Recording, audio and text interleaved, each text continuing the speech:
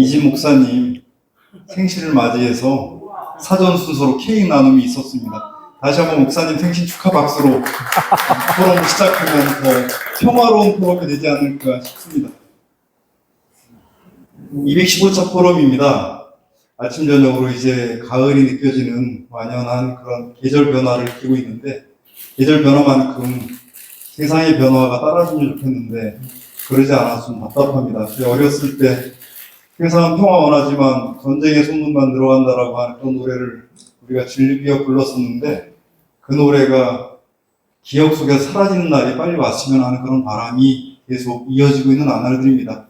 오늘 그래서 우리가 택한 주제가 남북관계가 이제 변하길 바라고, 또 한미 동맹 관계가 변하길 바라고, 그래서 그 변화를 통해서 한반도의 평화가 이루어지길 바라는 우리 마음을 주제로 담았습니다. 오늘 강사님은 평화를 현실과 적용시켜서 가장 현실감 있는 논거들, 가장 현실감 있는 설득력 있는 그런 주장들을 내시는 정우식 선생님을 모셨습니다. 정우식 선생님은 생명평화 포럼의 단골 강사님이십니다. 오늘이 제 기억에는 두 번째 오시는 거거든요. 한 10여 년 만에 다시 한번 오셨는데, 그래도 필요할 때마다 이렇게 와주신 정우식 선생님께 다시 한번 감사드립니다.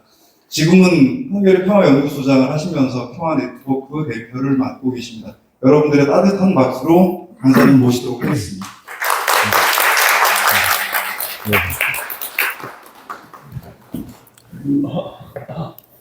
네, 따뜻하게 맞이해 주셔서 감사합니다.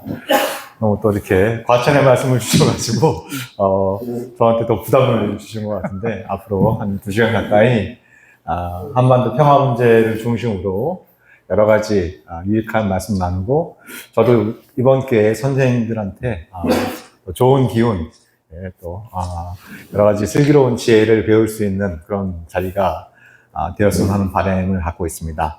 다시 한번 인사드리겠습니다. 정욱씨입니다. 네.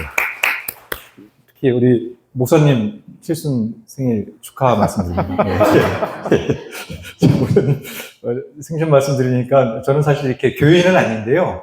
한 10여 년 전에 좀 목사님으로부터 우리 정 대표는 그 교인은 아니지만 구원받을 자격은 있다. 성경 말씀에 보면 평화를 위해 노력하는 자 구원받으라, 이런 어떤 구절을 이용하면서 정 대표는 교회에 나오시면 평화운동을 열심히 하라고 그런 말씀을 주셨던 이제 기억도 나는데요. 제가 그만큼 평화운동을 열심히 하고 있는지 요즘 좀 이렇게 또 반성하는 시간들도 종종 갖고 있습니다. 제가 오늘 준비한 주제는 남북관계와 한미동맹의 대변동, 그리고 한반도 평화, 이렇게 되어 있습니다. 근데 그 제목을 잡고 이렇게 오면서 든 생각이, 인천하고 너무 딱 맞는 주제구나, 이런 생각이 좀 들었습니다. 남북관계의 변동, 이제 접경 지역이라고 하는, 특히 이제 최근 22년 사이에 남북 사이의 무력 충돌, 또 여러 가지 이제 비극적인 일들이 많이 벌어졌던 지역이라고 하는 특성도 갖고 있고, 그래서 남북 관계의 변화에 따라 가장 많은 영향을 받는 지역이 인천인 것 같고요. 그리고 다음 주인가요? 9월 15일이면 또 인천 3.16 상륙작전 기념 행사를 둘러싸고, 또 지역사회에서 또 오랫동안 또 이렇게 좀 갈등의 원인으로 작용했다라는 말씀도 좀 듣고 있습니다.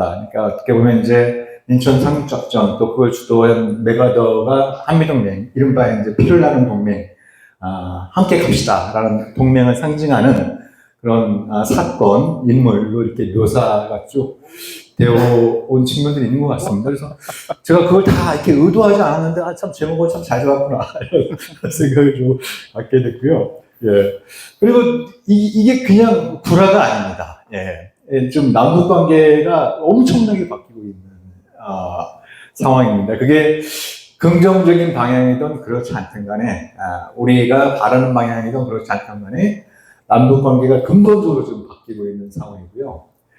또 군사 동맹을 포함한 한미 관계도 또 근본적으로 좀 바뀌고 있는 상황에 있는 것 같습니다. 또 이 두 가지가 만날 때, 남북 관계의 대변동과 한미 관계의 대변동이 만날 때 이 한반도 평화에는 또 어떤 영향을 줄 것인가, 뭐 이런 좀 그 큰 질문들을 우리가 품어볼 수 있을 텐데요.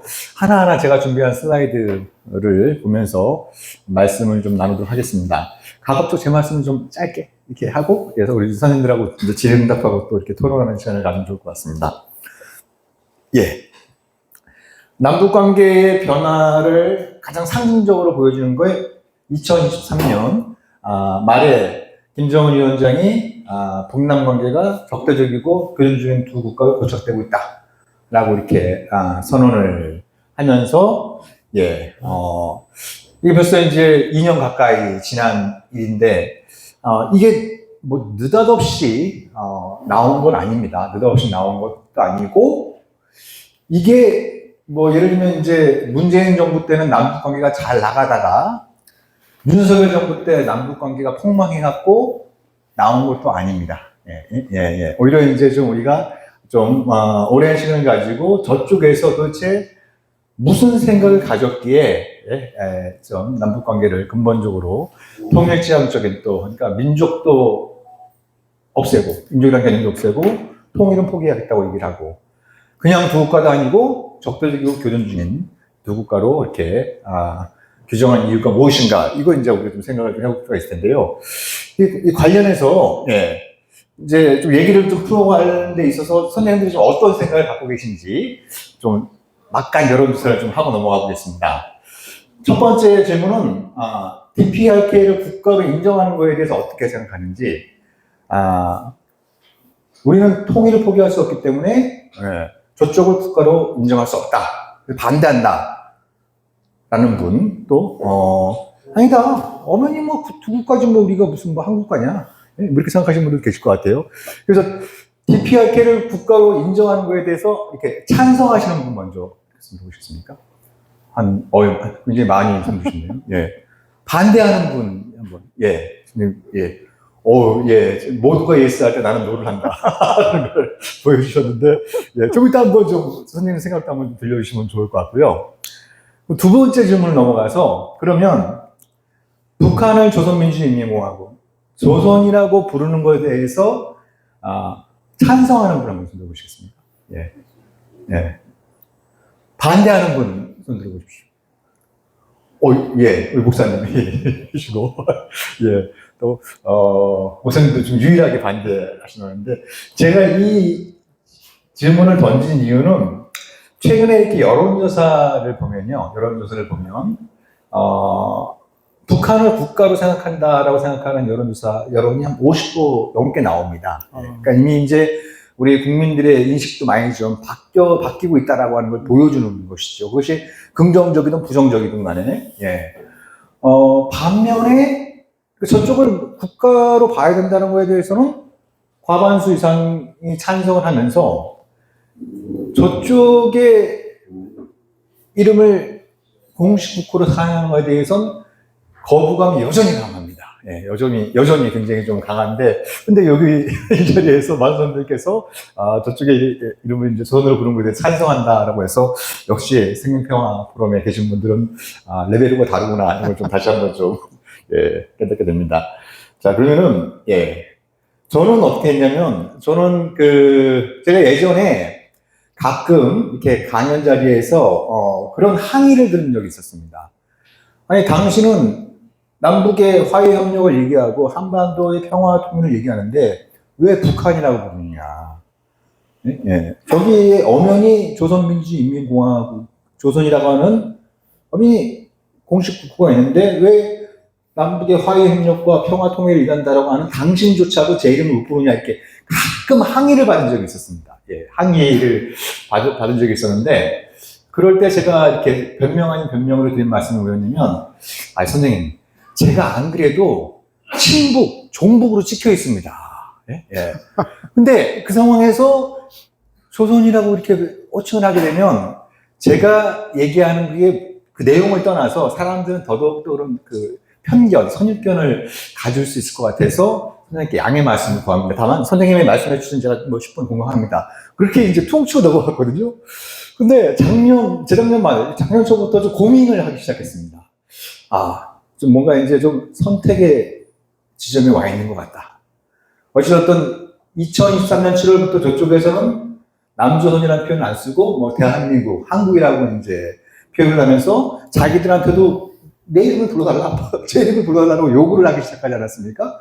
그전에는 이제 그런 게 별로 없었죠. 뭐 선생님 잘 아시다시피 직접 대면할 때 남측, 북측이라 썼고 저쪽에서 뭐 내부적으로 남조선이라고 쓴 거에 대해서 우리가 크게 뭐 반발하지 않고 이쪽에서 북한이라는 표현을 쓴 거에 대해서 저쪽에도 크게 반발하지 않았고 그래서 그런 어떤 상황에서는 그렇게 표현하는 거에 대해서 큰 문제의식이 없었습니다만 아무튼 저쪽에 저렇게 들고 나온 상황에서 뭐 그래도 어찌됐든 간에 이제 남북의 화해협력과 평화를 위해서 일한다라고 하는 뭐 그런 어떤 좀 뭐 존재의 이유를 갖고 있다고 스스로 생각하는 저로서는 이거 한번 좀 심각하게 생각해보는 문제가 있다라고 생각을 해서 작년 4월부터 나는 조선이라고 부르겠습니다. 저는 조선이라고 부르겠습니다. 이렇게 이제 한겨레 그런 칼럼을 썼습니다. 그래서 한 1년 반 가까이 지난 시점인데 아무튼 여전히 욕은 바가지로 먹고 있습니다.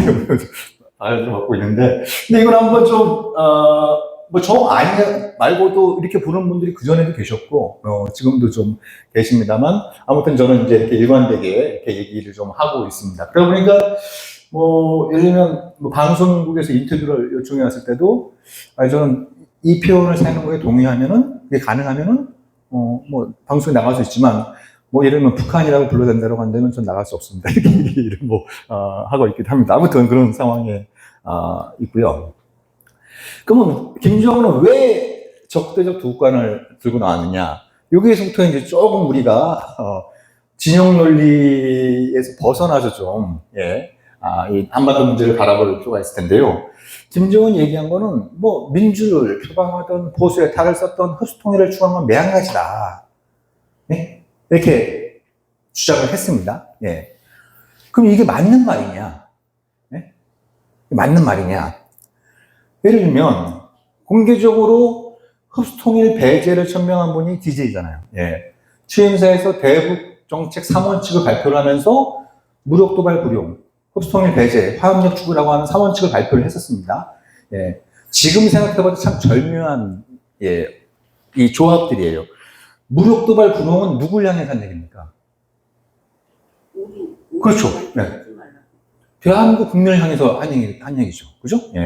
흡수통일 배제는 저쪽을 향해서 한 얘기고, 그죠? 지금 남북이라고 하는 게 오랫동안 적대와 뭐 그 사이 전쟁도 없고 이제 모순이 중독되어 있으니까 화해협력부터 추구를 하는 어떤 실용적인 조건이 여기 잘 담겨있는데, 근데 그게 그러니까 98년 연말에 한미연합사의 작전기인 5027이 개정이 됩니다. 개정인지 계약인지. 핵심적인 내용은 뭐냐면 전시 한미동맹의 목표가 저쪽을 무력으로 점령하고 안정화 작전을 거쳐서 통일을 달성한다는 내용이 포함이 됩니다. 그러니까 작전 계획에 그 정도부터 있었는데 이런 어떤 내용들이 90년대 초반부터 조금씩 들어가기 시작했어요. 그러다가 98년도 작계에 이 내용이 굉장히 구체적으로 담기게 됩니다. 구체적으로 언행에 담겨요. 그러니까 대한민국 대통령은 뭐예요? 흡수통일 배제를 대북 정책 3원칙을 발표를 했지만 한미연합사의 작전계획 5027-98에는 전시에 저쪽을 무력으로 통일한다 하겠다라고 하는 그런 내용이 담겼고 이 내용의 일부가 유추되면서 저쪽에서 굉장히 강력하게 반발을 했었습니다. 그때 조선에서 유엔 안보리에도 막 항의 서한을 보내고 막 이제 왜냐하면 남과 북은 91년 9월달에 유엔에 동시에 가입했잖아요, 그죠? 근데 유엔 회원국을 상대로 해서 전쟁을 벌이고 무력으로 흡수하겠다, 통일하겠다. 이거는 뭐 유엔 행정을 정면을 위반한 거기 때문에 이거는 안보리 차원에서 문제 제기돼야 된다라고 이제 그때 주장을 하고 이랬던 어떤 부분이 있습니다. 근데 놀랍게도 이 내용은 정권의 변화와 관계없이 갈수록 구체화되고 강화됩니다. 갈수록 구체화되고 강화되는 그런 어떤 경로를 밟게 되는데요. 예를 들면 그렇습니다. 이게 지금 2019년 6월 달에 판문점 번개팀입니다. 예. 이 장면 기억나시죠? 예, 예. 이게 실화냐? 뭐 이런 어떤 감탄을 자아낼 정도의 장면이었는데, 이때, 트럼프하고 김정은이 한 40분 정도, 그 판문점 남측에 있는 평화의 집에서 별도의 회동을 하면서, 그 자리에서 트럼프가 약속을 합니다. 8월 연합훈련 안 하겠다. 예, 안 하겠다. 약속을 하고, 김정은이 그러면 오케이. 그러면 북미 실무회담에 임하겠다. 이렇게 얘기를 합니다. 그러니까 이제 보통 우리가 하노이 노딜을 많이 얘기하잖아요. 하노이 노딜. 그러니까 한반도 평화 프로세스가 문재인 정부 주도로 잘 나가다가 2019년 2월 말에 하노이 북미 정상회담이 결렬되면서 모든 게 다 엉망진창이 됐다라고 얘기들을 하세요. 특히 어느 분들이 문재인 정부 때 사람들이 그런 얘기를 많이 하세요. 문재인 정부 출신들이 그런 얘기를 많이 하는데, 저는 솔직히 말씀하면 그 비겁한 알리바이 작다라고 생각을 합니다. 그 말씀 들으면 또 굉장히 길어질 수 있는데, 아무튼, 만약에 그때 게임이 끝났으면 저 장면 나올 수가 없었죠. 그죠? 하노이 노딜로 끝났으면 4개월 뒤에 이 장면 나올 수가 없었겠죠. 이 장면을 왜 나왔느냐? 김정은의 심정으로는 뭐냐면 미워도 다시 한 번이었던 거예요. 그러니까 자기가 뭐 나름대로 뭐 이러저러한 이유 때문에, 그죠? 이러저러한 이유로 뭡니까?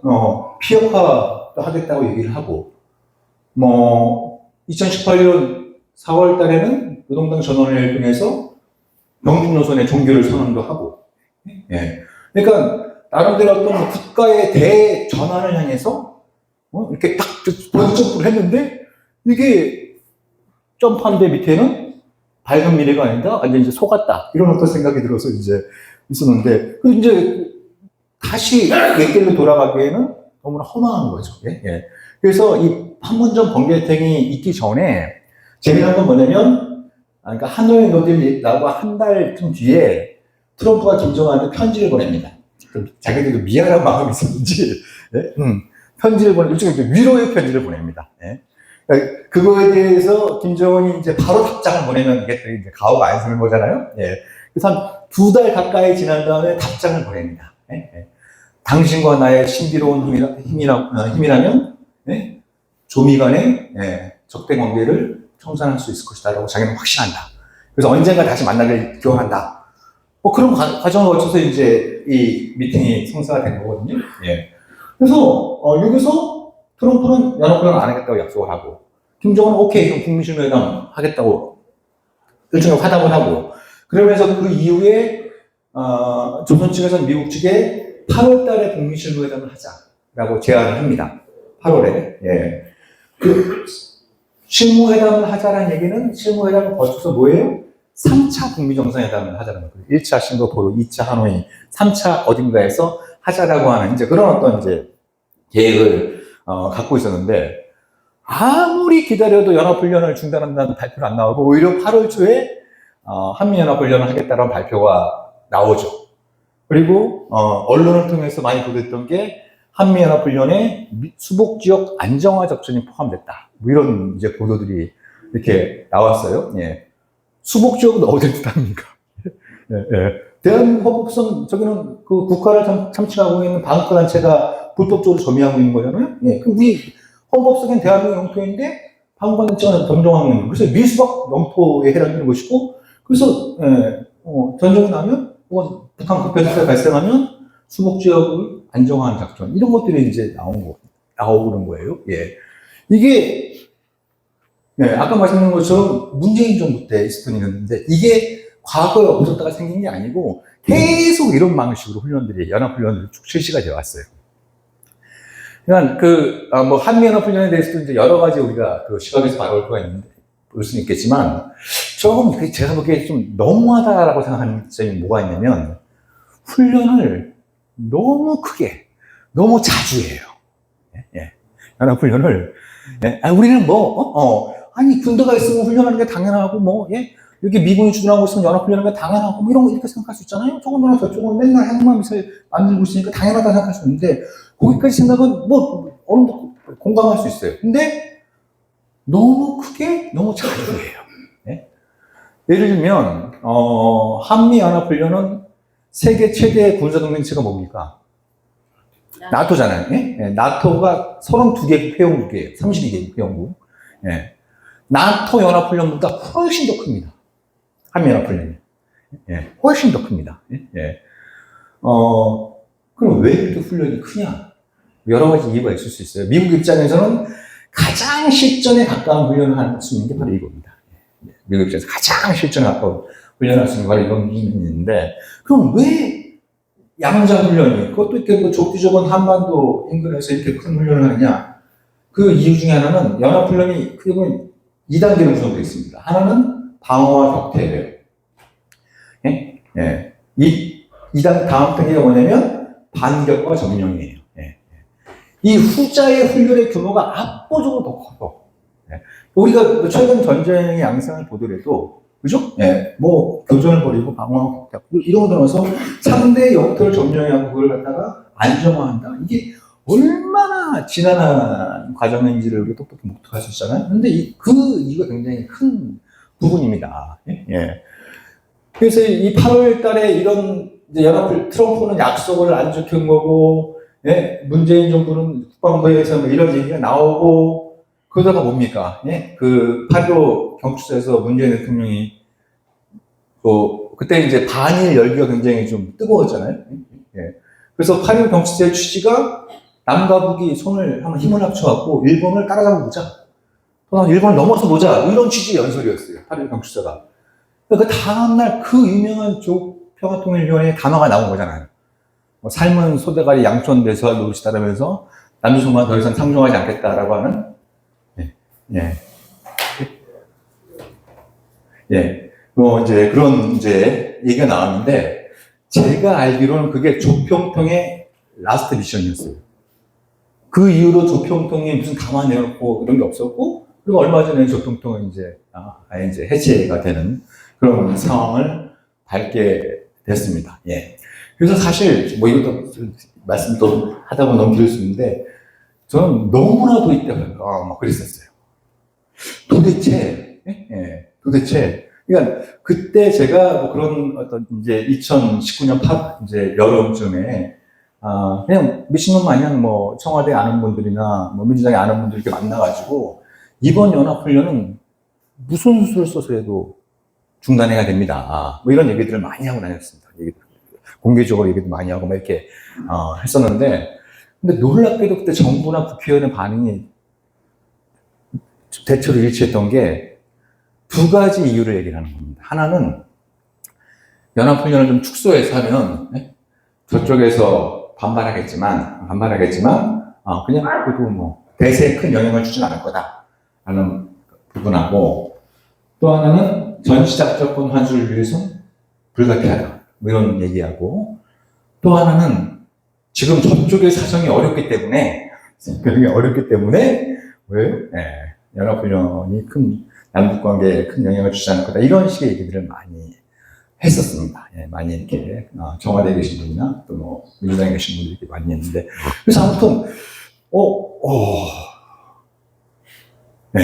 그래서 그때의 책임을 모면할 수 있는 그 알리바이가 아까 말씀드린 것처럼 하노이 노딜인 거예요. 네, 하노이 노딜. 그쵸? 예. 아니, 잘 나가다가 하노이 회담은 북미 정상회담이었잖아요. 그러니까 뭐 한국이 어떤 역할을 했는지 여부를 떠나서 일차적으로 한국의 책임이 아닌 거예요. 네? 북미 회담이 결렬된 거니까. 그러니까 알리바이 상태는 굉장히 좋은 이런 어떤 부분이 있었지만 제가 보기에는 이거는 좀 그렇고, 오히려 그의 여름, 2019년 여름, 그때 문재인 정부의 그릇된 선택이 천재일의 기회를 놓치게 된 아주 결정적인 이유였다라고 저는 생각을 하고 있습니다. 근데 그 사이에 조선이 핵무력을 국책을 삼아서 엄청나게 많이 변하고 있어요. 엄청나게 이거 변화에 대해서도 뭐 여러 가지 다양한 의견들이 존재할 수 있는데, 아무튼 이게 조선이 만든 포스터인데 이걸 보면은 이게 지금 평양에 이제 고층거리를 갖다가 쭉 이미지화한 곳일 텐데 맨 제일 앞서 있는 게 핵미사일들이에요. 그죠? 네, 핵미사일들을 이렇게 그림으로 앞서 놓고 뒤에 이제 고층 빌딩들을 쭉 세워놓고 있는 이런 어떤 상황인데, 그러니까 이 2019년을 거치면서 이제 어떻게 바뀌고 있는지 이걸 제가 좀 이렇게 표를 좀 만들어 봤는데요. 핵심적인 요지를 말씀드리면, 이 1990년부터 2019년까지 근 한 30년 동안 안에 어떤 조선을 비롯한 한반도의 양상, 그 다음에 2020년, 2019년을 거치면서 2020년 에 지금 어떻게 근본적으로 달라지고 있느냐를 갖다가 좀 도식화한 겁니다. 먼저 조선의 위상 변화를 보면, 그전에는 가난하고 고립된 핵개발국이라는 이미지가 굉장히 좀 강했죠. 그죠? 예, 예. 근데 2019년을 거치면서 가난과 고립을 탈피한 핵보유국이 되고 있다라고 이제 저는 진단을 합니다. 예.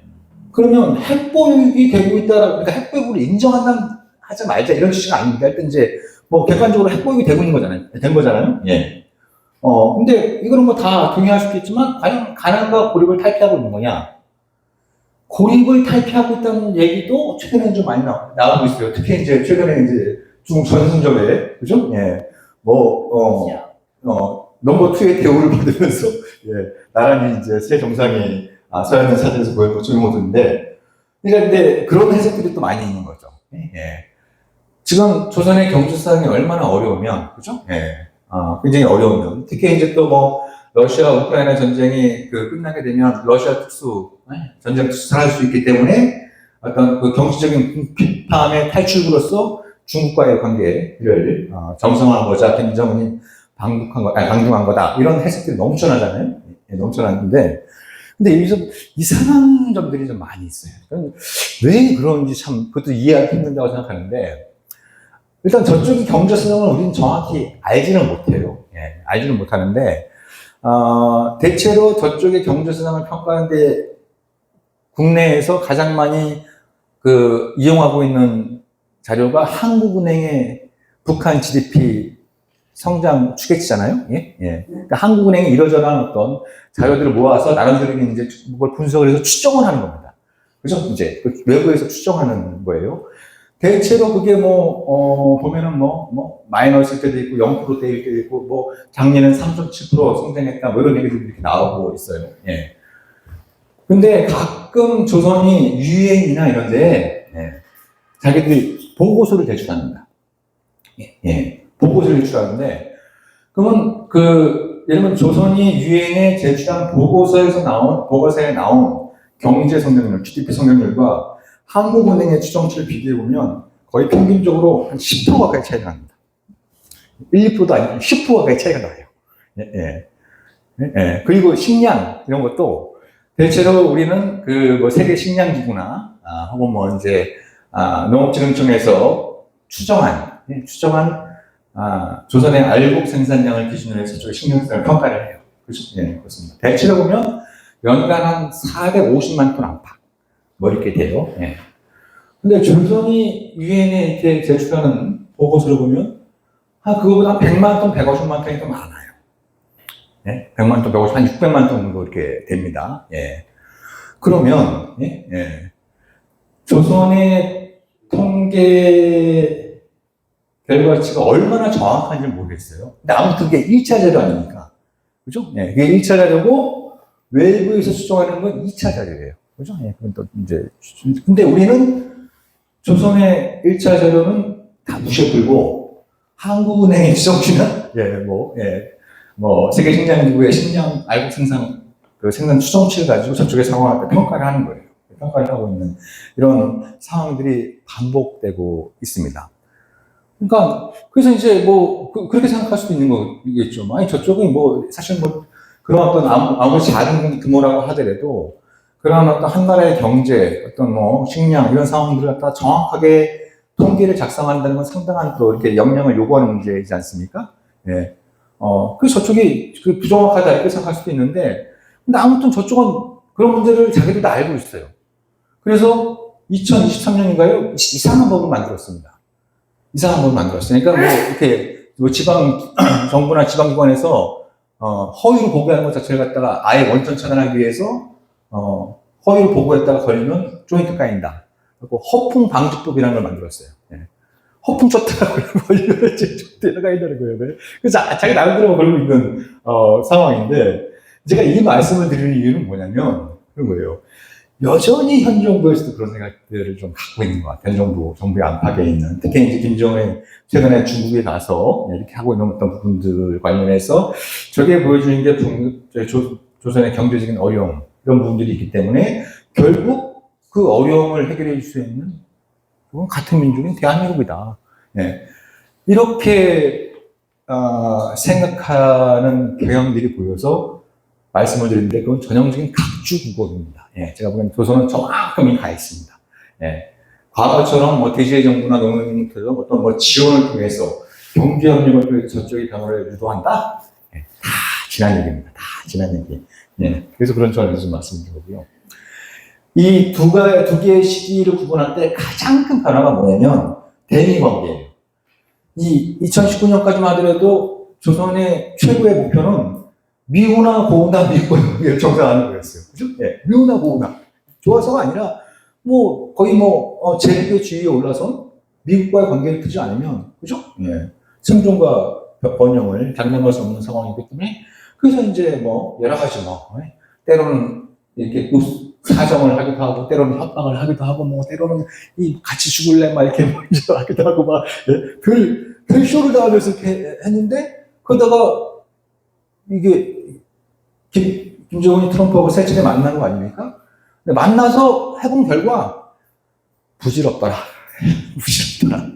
라는 결론을 내리고 뭐예요? 예, 이제 그 대미 장기전을 선포하면서 오히려 미국 주도의 강국 제재를 다국화하는 방향으로 반미 연대에 동참하고 그거를 주도하는 게 이제 조선의 국가 전략에 더 부합한다. 그래서 방향을 전환한 거죠.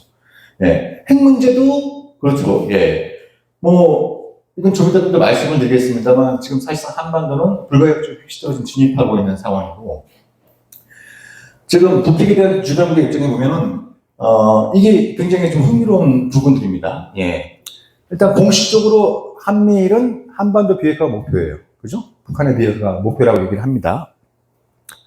근데 러시아는 사실상 인정을 했어요.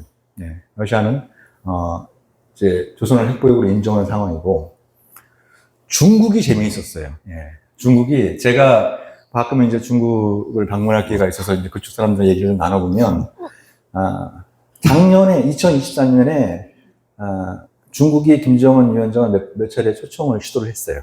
예, 예, 예. 근데 김정은 위원장이 마다했습니다. 예, 마다 이렇게 했는데 근데 마다한 이유를 설명은 안 하더라는 거예요. 예, 마다한 이유를 설명을 안 하더라는 거예요. 예. 그러니까 내가 왜 가기 싫은지 한번 당신들이 생각해 봐라. 라는 거예요. 예? 예. 그래서 제가 중국 친구들한테 뭐라고 그랬냐면, 김정은이 원하는 건 그런 것 같다. 아니, 푸틴도 자기를 핵보유국 지도자로 인정을 하고 있는데, 그보다 훨씬 더 가까운 중국이, 형제국인 중국이 왜 우리를 핵보유국으로 인정을 안 해주느냐. 아마도 지금 김정은이 원하는 건 그런 것 같다라고 얘기를 이렇게 얘기를 나눠서 자기들도 뭐 그렇게 동의한다 뭐 이렇게 얘기를 하고 그랬습니다. 그래서 북중 관계가 꽤 냉랭했었어요. 네, 꽤 냉랭했는데 이번엔 전격적으로 이제 김정은이 방중을 하게 됐는데 그럼 이걸 어떻게 해석할 거냐? 저의 해석은 그렇습니다. 저의 해석은 서로의 입장에 도전하지 않는 거예요. 서로의 입장을 상대방의 입장을 더 이상 문제 삼지 않는 거예요. 이제 중국은 조선이 핵보유국이라고 주장하는 거, 핵보유국이라고 주장하는 거에 대해서 더 이상 문제를 삼지 않는 겁니다. 네? 더 이상 문제 삼지 않는 거고, 거꾸로 조선은 중국이 공식적으로 조선을 핵보유국으로 인정하지 않는 거에 대해서도 그걸 문제 삼지 않는 방식이에요. 그러니까 쉽게 말씀드리면 무기인 겁니다. 무긴. 네? 무긴. 이제 중국이 이렇게 조선의 핵보유를 무긴하는. 그죠? 예, 예. 그것과 비슷한 게 뭐냐면, 인도, 파키스탄 부분이고, 그 이전에 이스라엘도 비슷한 이런 어떤 부분들이 있는 거예요. 예. 그래서 이제 무긴 국면으로 들어가고 있고, 무긴이 구체적으로 어떤 상황들을 이어질 것이냐. 이거는 아직 퀘스천 마크입니다. 그러니까, 러시아가 조선을 핵보유국으로 인정했다고 하는 단순히 외교적인 언세에 그치는 게 아니에요. 외교적인 언세에 그치는 게 아니고, 그렇게 함으로써 동시에 뜻하는 게 뭡니까? 러시아는 더 이상 대북 제재에 구애받지 않겠다는 거예요. 네? 그죠? 예, 예. 그러니까 핵보유국으로 인정하지 않겠다라고 하는 건 유엔의 대북 제재에도 동참한다는 걸 의미하는데 핵보유로 인정한다라고 하는 건 뭐예요? 더 이상 제재에 구애받지 않겠다. 뭐 전방위적인 이제 교류력을 갖는 이런 어떤 부분인데 중국이 묵인이 과연 그 유엔 안보리의 대북 제재에 어느 정도 수준까지 이제 요거를 갖다가 좀 저울질하는. 김정은은 내가 당신들이 우리를 핵보유로 인정해달라는 요구를 내놓는 만큼 경제협력을 전면적으로 다시 하자. 이런 어떤 요구를 내놓는 반면에 시진핑은 거기에 대해서 명쾌한 답을 안 내놓고 있는 거죠. 왜? 거기다 명쾌한 답을 내놨다가는 또 이제 요걸 또 바가지를 먹을 수 있는 이런 어떤 상황인데, 근데 이 상황에서 엑스맨이 존재합니다. 엑스맨. 네? 그러니까 한반도 비핵화를 계속 추구할 것이냐, 아니면 저쪽에 핵보유를 인정을 하던 인식을 하던 아무튼 비핵화를 내려놓는 방식으로 할 것이냐, 이 문제에 관련해서 엑스맨이 있습니다. 아주 강력한 엑스맨. 그게 누군지는 좀 이따 좀 말씀을 드리도록 하겠습니다. 좀 더 말씀 나누겠습니다만, 남북관계 기본틀도 이제 통일지향적인 특수관계에서 좀 적대적 두과로 고착화될 우려가 있는 상황이고요. 그리고 보통 이제 한미일 대 북중러 이런 표현들을 많이 쓰는데, 제가 괄호를 친 이유는 한미일의 어떤 그 결속의 수준에 비해서 북중러는 거의 제로에 가깝다고 해도 과언이 아니에요. 북중러는 아직까지는 북중, 중러, 북러 이런 어떤 양자관계 중심인 거지, 한미일처럼 연합훈련도 하고 정상회담도 하고 국방장관 합참의장 회의도 하고 이런 식이 아니에요. 이런 것과는 확실한 차이를 갖고 있기 때문에 아직까지는 이제 괄호를 친 상황에 있습니다. 자, 그러면 이제 그 사이에 이제 아시다시피 이제 윤석열 정부 때 남북 관계가 이 모양 이 꼴이었고, 그죠? 최근 들어 분명해지고 있습니다만, 저는 개인적으로 저 양반이 왜 저렇게까지 하지? 그러니까 작년 그 총선 이후에 불필요하게 저게 자꾸 찔러댔잖아요. 그죠? 자꾸 찔러댔는데 왜 저렇게까지 하지? 이런 의문이 좀 있었는데, 그게 이제 그 사이가 좀 시간이 지나면서 분명히 좀 드러나고 있는 상황이죠. 그리고 이제 우리 시민의 힘 덕분에 파면이 되고 새로운 정부가 출범을 했습니다. 그리고 지금 이재명 대통령은 평화 경제다라고 하는 걸 강력한 슬로건을 삼아서 여러 가지 지금 관계 개선을 위한 조치를 취하고 있죠. 그 와중에 이제 작년 한 해 굉장히 그 한반도 주민들의 불쾌지수를 높였던 대북 전단 살포라든지 대남 오물풍선, 이게 일단 사라졌어요. 그죠? 사라졌습니다. 그리고 선생님들 들어보신 분들 계시겠습니다만, 저도 작년에 궁금해서 한번 가봤습니다. 파주 쪽 직경 쪽에 가봤는데, 대낮인데도 정말 견디기 힘들 정도의 막 소리들이 나오거든요. 그래서 밤에는 이게 도대체 어느 정도 수준일까 이런 부분도 있는데, 이것도 이제 안 들립니다. 이제 안 들리고 있는 이런 어떤 상황에 있습니다. 이것만 하더라도 굉장히 의미 있는 변화다. 굉장히 의미 있는 변화. 특히 이제 접경 지역에 있는 주민들한테는 굉장히 의미 있는 변화다라고 우리가 생각할 수 있겠죠. 그러면 이제 근본적인 질문들을 좀 던져볼 수가 있습니다. 이재명 정부 시기에 남북 관계는 어디로 갈 것이냐? 무력 충돌의 위험은 확실히 좀 줄어들고 있습니다. 확실히 좀 줄어들고 있는 그런 상황인데, 두 번째, 세 번째 질문에서는 좀 막히죠. 자, 그러면 지금 가만히 보면은 남북 관계 이렇게 쭉 돌아보면은 지금 남북 대화가 중단된 게 언제부터는 2018년 체육회담을 끝으로 공식적인 회담이 한 번도 없습니다. 지금 한 번도 지금 안 열리고 있는 상황이에요. 그래서 윤석열 정부 이전까지만 하더라도 남북 대화가 가장 오래 단절된 기록을 갖고 있던 정부가 문재인 정부였어요. 남북 정상회담을 3번 했는데 역설적으로 2018년 12월부터 퇴임 때까지 남북 대화가 한 차례도 없었습니다. 박정희 정권 때도 아니겠습니다. 1971년 이래로 가장 오래된 그 단절된 기록을 갖고 있었는데, 그 기록을 윤석열이 깼어요. 정부 깼습니다. 아마 지금도 파면 한다고 남아있었으면 5년이라는 기록 꽉 채웠겠죠. 그러면 지금 이재명 정부는 어떨까? 자, 이재명 정부 이제 오늘로 100일 지났다는데, 이재명 정부 임기 내에 남북 대화가 재개될 것이다 라고 생각하시는 분 손 들어보십시오. 한파 정도. 안 될 것 같다. 라고 생각하시면. 네. 네. 몇 분 또 선생님들 계시고, 네. 선생님은 왜 안 될 것 같습니까? 그냥 감이 감, 예. 예. 예. 감이지. 저는, 저도 안 될 것 같습니다. 네. 네. 이렇게 말씀을 드린 이유는, 이게 이것도 이제 좀 알리바이 만들기죠. 예. 이렇게 말씀을 드린 이유는 그게 되게끔 노력하겠다라고 하는 다짐과 같이 이제 깔려있는 부분들인데, 이게 왜 이제 이렇게 되냐면, 그전하고는 굉장히 좀 차원이 많이 달라졌어요. 예. 제가 저번에도 말씀드렸고. 그리고, 이러면 지금 이재명 정부 임기 내에 우리가 조선에 갈 수 있을까요? 네? 갈 수 있을 것 같다. 갈 수 있다. 네? 어떻게 가세요? 그러니까 어떻게 해요? 비자가 뭐예요? 비자. 네. 비자를 어떻게 받을 수 있어요? 네? 네? 희망사항. 네. 희망사항. 예. 저도 물어보는데. 그러니까 여기, 그 전에 다녀오신 분 한번 손들어 보십시오. 아마 굉장히 많으실 것 같아요. 예, 예. 의외로, 예. 굉장히 많은 분들이, 뭐 저도 한 7번 갔다 왔으니까, 그때는 가려면은, 예, 통일부에서 방북 허가를 내고, 저쪽에서 이제 방북 허가증을 이렇게 보내주면 되잖아요. 예. 그래서 뭐 별도의 여건이 없어도 됐습니다. 이 별도의 이제 방북 허가증이 있으면, 그거 이제 도장받고 들어가는 거였죠. 예. 근데 저쪽에서는 어찌되었든 뭐 적대적이든 뭐든 간에 두 국가를 선언하고 나왔어요. 예. 그리고 이제 대남 통일 관련된 기구들은 다 없애버렸어요. 그죠? 네. 다 없애버렸어요. 그러니까 그게 이제 재미난 지점들이 몇 가지 있는데, 왜 작년 10월에 이제 이 평양 무인기 치트 때, 그때 그 담화를 발표한 기관이 어딘지 기억하세요? 부시의 기관이 어딘지 아세요? 외교부. 국방성? 외교부. 외무성이었어요. 네, 외무성이었어요. 이 문제를, 외교 사안으로 간주하겠다.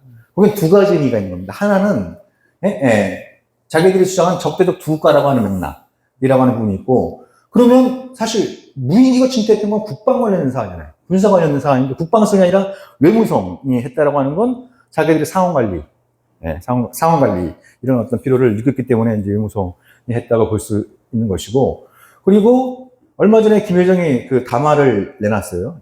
한 1년여 만에 이제 7월 말에 내놓고 또 그 이후에도 이제 한두 번 더 내놓고 그러는데, 거기에 뭐라고 표현하냐면, 대한민국은 우리의 상대가 아니다. 그 사이에 뭘 하나 넣었어요.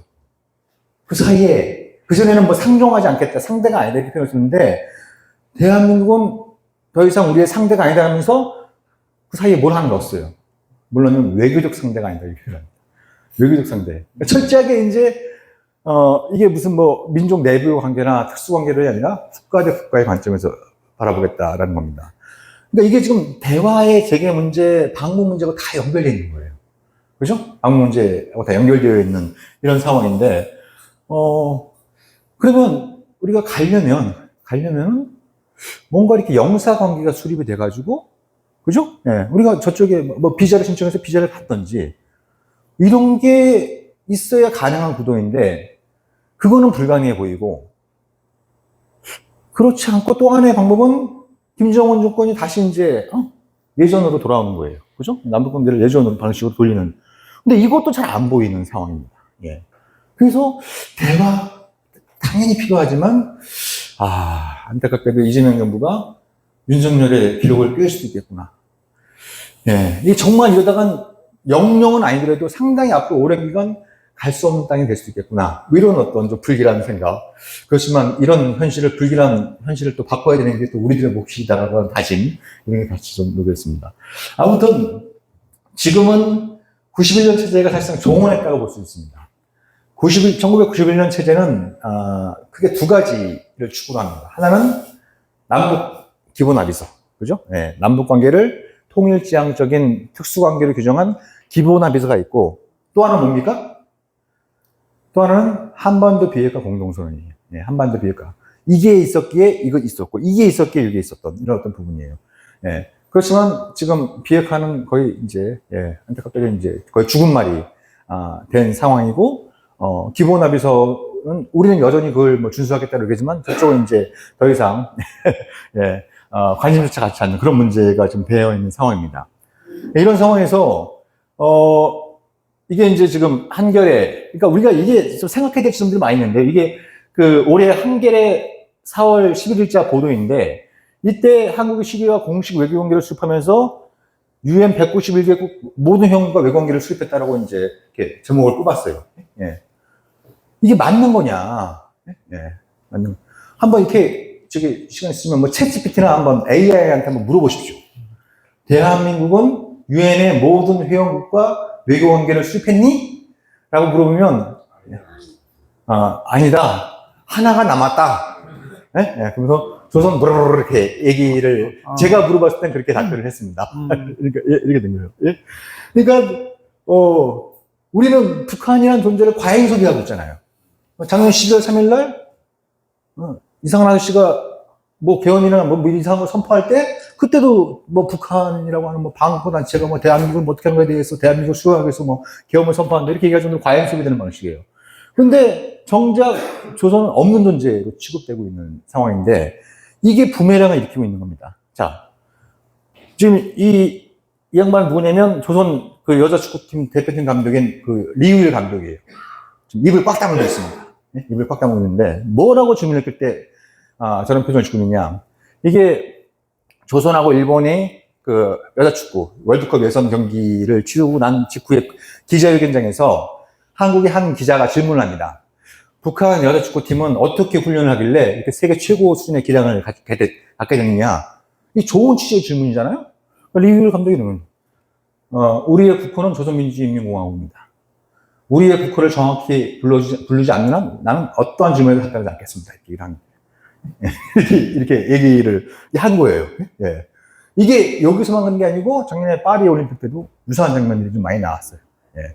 그러니까 남과 북이 조우할 수 있는 교류가 아예 없는 게 아니에요. 아예 없는 게 아닙니다.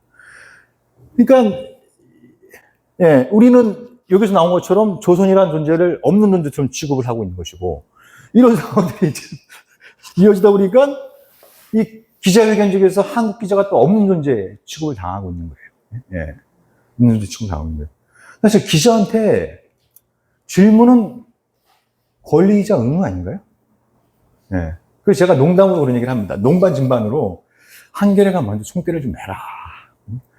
예. 이런 기회 있으면 뭐 조선민주주의인민공화국 이렇게 좀 부르기가 좀 거시기 아니면 이러면 영어로 질문해라. TP학회랑 쓰면서 영어로 질문하던 이렇게 해서 뭐 그렇게 하면 뭐라고 답변을 할 거 아니에요. 우리 국민은 그 답변을 들 수 있는 권리가 어떻게 보면 있는 것이고 궁금하기도 하고 그렇잖아요. 근데 한 군데도 그렇게 좀 못하고 있어요.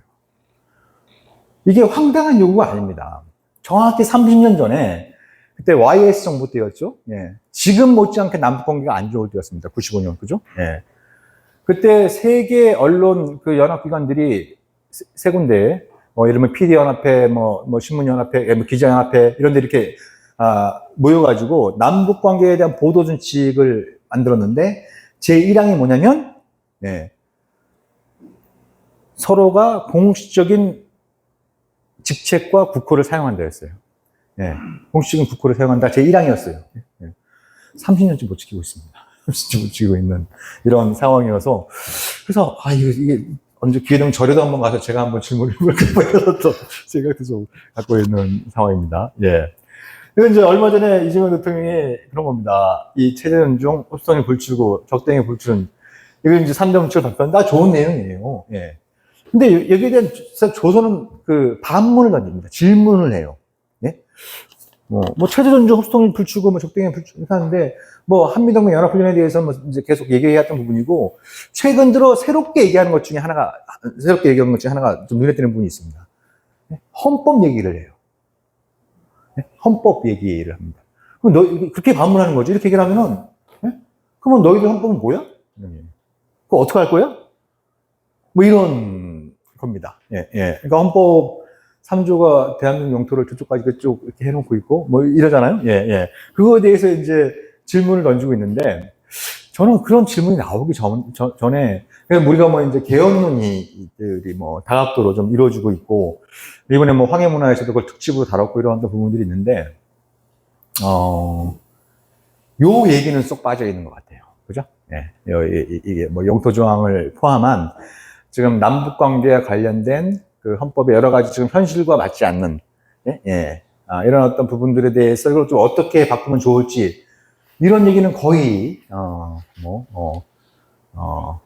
안 들리고 있는, 특히 이제 뭐, 언론이나 정치권에선 그런 얘기가 좀 안 들리고 있는, 상황에 있는 것 같습니다. 그래서 저는 남북관계와 관련해서 이제 저의 생각을 말씀드리면, 지금 기본합의서에선 이제 통일지향적인 특수관계로, 규정을 해놓고 있는데, 근데 저의 제안은 그것이 어떤 형태가 됐든지 간에, 지금 이제 이재명 정부는 남북 기본협정 체결을 국정과제로 세워놓고 있는데, 그것이 기본협정의 방식이 됐던, 기본 조약의 방식이 됐던, 어떠한 방식의 합의가 됐든지 간에, 이런 식의 어떤 내용. 대한민국과 조선민주공화국은 나라와 나라의 관계이자 통합을 지향하는 특수관계이다. 이렇게 이제 표현했는데, 제가 여기서 보면 이제 두 가지 차이가 눈에 띄죠. 하나는 공식 국교를 사용했다는 부분이고, 또 하나는 뭐예요? 통합이라는 표현을 사용을 했습니다. 통합은 통일보다 훨씬 더 유연하고 큰 개념이잖아요. 그죠? 네, 유연하고 큰 개념.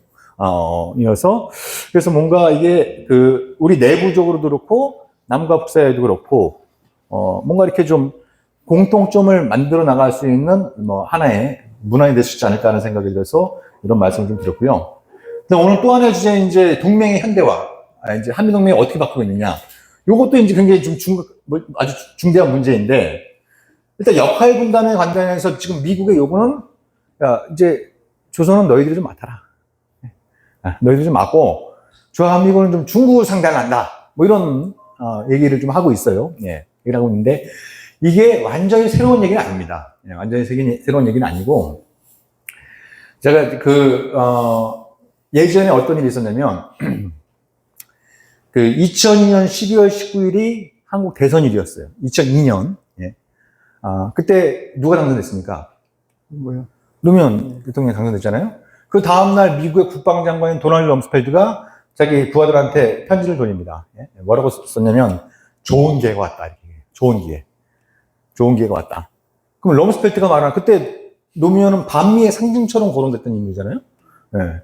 근데 미국 국방장관은 좋은 기회가 왔다는 거예요. 그 양반이 말하는 좋은 기회는 뭐냐면 바로 이거예요. 예, 이거예요. 자주국방을 주장하는 한국의 대선 후보가 당선된 만큼 이제 한국 방어의 문제는 한국 주도로 넘기고 주한미군은 유연성을 갖춰서 해외 분쟁, 특히 대만 해협 유사시에 투입할 수 있는 그런 형태로 동맹을 재구성하자라는 그 생각을 럼스펠트는 그 전부터 좀 갖고 있었는데, 예. 근데 비슷한 주장을 하는 전인적 정권 환수를 포함해서 여러 가지 이제 동맹의 변화를 추구하는 대선 후보가 당선이 되니까 좋은 기회가 왔다고 막 얘기를 한 거죠. 예. 예.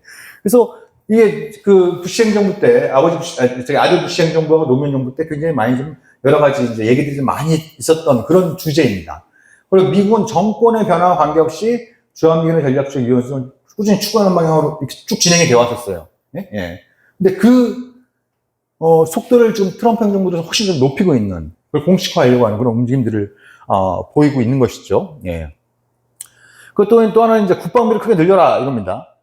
이게 지금 한국의 국방비가 GDP 대비 2.3%냐, 2.8%냐. 이것도 웃기는 얘기입니다. 뭐냐면, 왜냐면, 한국 국방부 발표에 따르면 2.3%예요, GDP 대비. 예? 예. 근데 미국 CIA 발표에 따르면 한국은 2.8%예요. 이상하죠? 이상하지 않아요? 예. 근데 이 0.5%의 차이는 어마어마하게 큽니다. 예? 2.3%에서 이러면 3.5% 늘릴 때하고 2.8%에서 3.5% 늘릴 때는 이게 0.5% 이렇게 차이 있는 건 GDP 0.1%면 이게 몇십조 원입니까? 몇 조 원입니까? 이거 어마어마하게 차이가 나는 거거든요. 근데 한국 국방부는 2.3이라고 하고 미국 CIA는 2.8이라고 얘기해요. 이 차이는 어떻게 발생하냐면, 왜 발생하냐면 국방부는 국방부 소관 예산만 하는 겁니다. CIA나 이제 이 국제기관들은 국방부 소관 예산뿐만 아니라 이러면 우리는 뭐 있어요? 방위청이 있죠. 방위사업청이 있고 병무청이 있어요. 그죠? 예. 이런 어떤 이른바 포괄적 개념을 적용해서 국방비를 산출을 하는 거예요. 근데 그 전에 한국 국방부도 포괄적 개념에 입각해서 국방비가 GDP 대비 몇 프로 발표를 했었거든요. 근데 이상하게 몇 년 전부터 국방부 소관 예산만 하고 있어요. 예?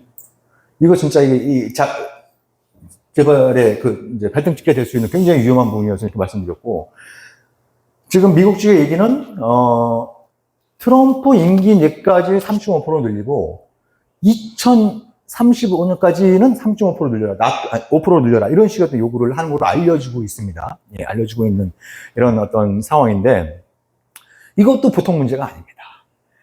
지금 이 트럼프 이게 진짜 날강도죠. 날강도죠. 3,500 달러인가, 뭐 5천 달러인가, 아무튼 이제 미국에 투자 달라는 거잖아요. 그것도 터무니없는데 자기가 원하는 사업에, 자기가 원하는 시기에, 그리고 이익의 90%는 자기한테, 예? 예. 뭐 이렇게 해달라고 말도 안 되는 막 110%를 달라는 거 아닙니까? 일본한테는 받았다. 한국 너희도 줘라. 이렇게 지금 얘기를 하고 있는 상황인데, 그것도 황당한 얘기인데, 국방부를 몇 프로 늘려라? 늘리는 것도 상당 부분은 미제 무기를 사달라는 얘기거든요. 뭐 이런 어떤 상황이에요. 그러니까 이런 상황들을 보면, 그래도 뭐 여기 계신 분들은 동의하지 않는 분들도 많이 계시겠습니다만, 많은 국민들이 생각할 때 그래도 미국은 우리한테 일종의 좀 전략적 자산이다. 예? 네, 전략적 자산이다. 그죠? 뭐, 경제적으로나 특히 이제 안보적으로 그렇게 생각하는 국민들이 좀 많이 있는데, 이거는 자산고사하고 감당할 수 없는 부채가 되어가고 있는 것이 아니냐. 더 중요한 문제는 그런 거죠. 이런 방식으로 한국이 국방비를 늘리면 정말 자주국방이 되는 건가? 그죠? 그 과정에서 전작권을 찾아온다고 해서 우리가 자주국방을 실현하는 건가?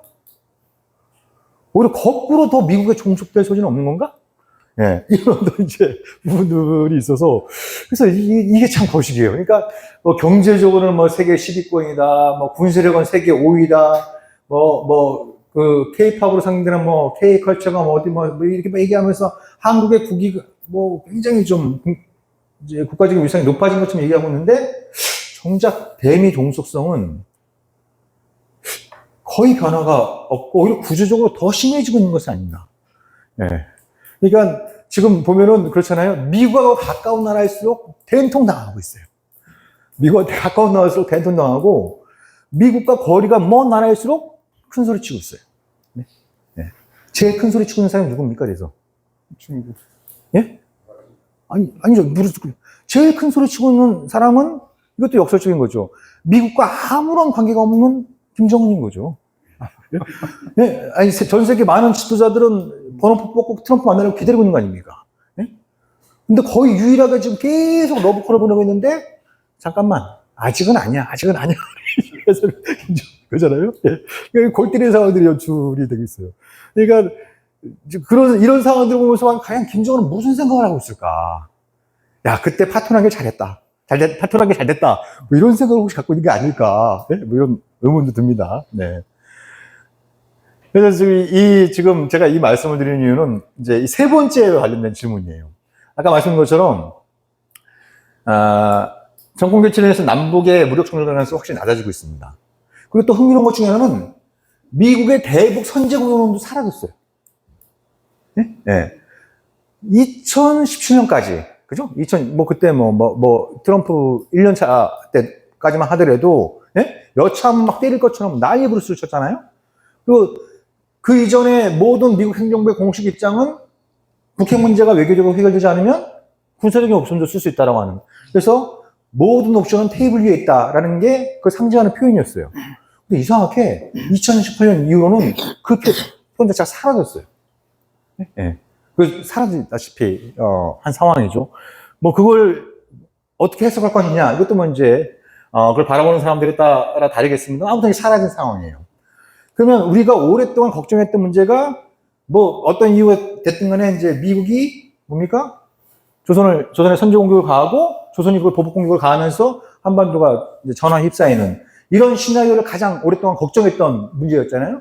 그게 일단 뭐 제로가 된 건 아닙니다만 가능성 확인이 안 하였습니다. 또 윤석열 정부 때는 이러다가 무력 충돌이 발생하고 이게 확전을 치닫는 게 아니냐. 이거 걱정됐었는데 예. 정권 교체로 그런 걱정도 많이 좀 추가되었어요. 그러면 이제 우리는 더 이상 전쟁 걱정을 안 해도 되느냐? 그게 아닐 수 있다는 겁니다. 예, 이 문제가 있는 겁니다. 예. 지금, 이거는 이제 저하고, 야간관계 전문가인 장영희 박사하고 그 한길의 김윤영 기자, 일본 전문가인 김윤영 기자 같이 쓴 책인데, 이 책에서 말하고 있는, 그리고 이제 이 책을 쓴 이후에 갈수록 좀 걱정되는 문제는, 대만 문제를 둘러싼 미국과 중국 사이의 갈등이 과연 어디까지 치달을 것이냐. 이게 이제 가장 큰 걱정거리 중에 그 하나입니다. 뭐, 가능성은 낮습니다. 가능성은 그 낮은데, 예를 들면 2027년 이럴 때 좀 이렇게 위험한 상황이 조성될 가능성을 배제할 수는 없어요. 2027년이면 미국의 중간선거 다음 해고 대선을 앞두고 1년 앞두고 있는 시점이고 중국은 이제 시진핑의 4연임 후계자 문제를 어떻게 할 것인지 결정해야 되는 해이고 대만은 2028년 1월 총통 선거를 앞두고 있는 아주 정치로 예민한 이제 시기이거든요. 최근 들어서 미국을 중심으로 해서 2027년 중국의 대만 침공설이 맹위를 떨치고 있습니다. 그래서 막 그걸 가지고 이제 동맹국들을 갖다가 이제 팔을 비트는 거죠, 막. 그러면 지금 그 미국이 대만한테는 지금 대만의 국방비가 현재 한 GDP 대비 2.5% 수준인데 이거를 5%, 10%까지 올려라.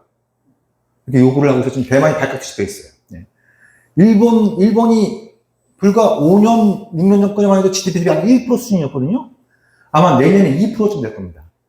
근데 미국이 요구하는 건 이것도 택도 없다. 3.5%까지 올려라.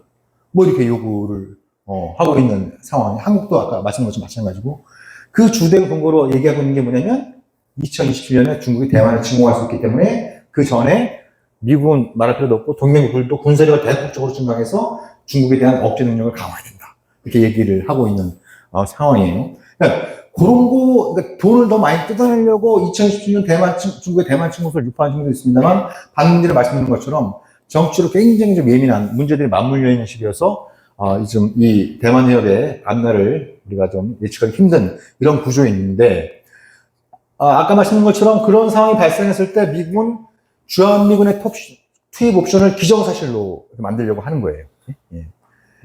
그리고 이제 더 나가서 한국이나 이런 동맹한테 묻는 거죠. 만약에 주한미군이 출동해갖고 중국군하고 충돌하면 한국은 군사적으로 어떻게 지원해 줄래? 일본은 어떻게 지원해 줄래? 호주는 어떻게 지원해 줄래? 뭐 이런 얘기들은 이제 묻기 시작하는 어떤 상황이에요. 그런 상황이 발생하면 중국이 어떻게 나올까? 그죠? 그리고 중국의 유일한 동맹국이 조선이잖아요. 뭐 이런 상황이 발생하면 조선은 또 어떻게 나올 것이냐. 이러저러한 이유 때문에 조선이 연루되면 또 조선과 군사동맹을 재결성한 러시아는 또 어떻게 나올 것이냐. 그래서 이게 지금 자칫하면 이 사라예보의 총성 한 방이 누구도 예상하지 못한 세계대전을 이어졌던 1917년에 유럽의 비극이 이 동아시아에서 재현될 수 있는 그런 어떤 위험성을 좀 품고 있는 상황입니다. 그래서 이 문제가 이제 앞으로 굉장히 좀 중요한 문제가 될 수 있다는 걸 전제로 하고 아마 지금 그 많은 사람들이 관심을 갖고 있고 오늘 이재명 대통령 100일 기자회견에도 이제 그런 내용의 질문이 있었던 것 같아요. 이들이 다시 만날 것이냐? 다시 만날 것이냐? 만날 것 같다. 내년 이내까지는 만날 것 같다라고 생각했습니다. 못 만날 것 같다. 안 만날 것 같다. 이게 이제 미팅의 조건이 바뀌었습니다. 이제 김정은의 얘기는 나도 갑이야. 이거예요. 나도 갑이야. 예전엔 갑을 관계가 분명했잖아요. 본인도 그걸 인정했어요. 그죠?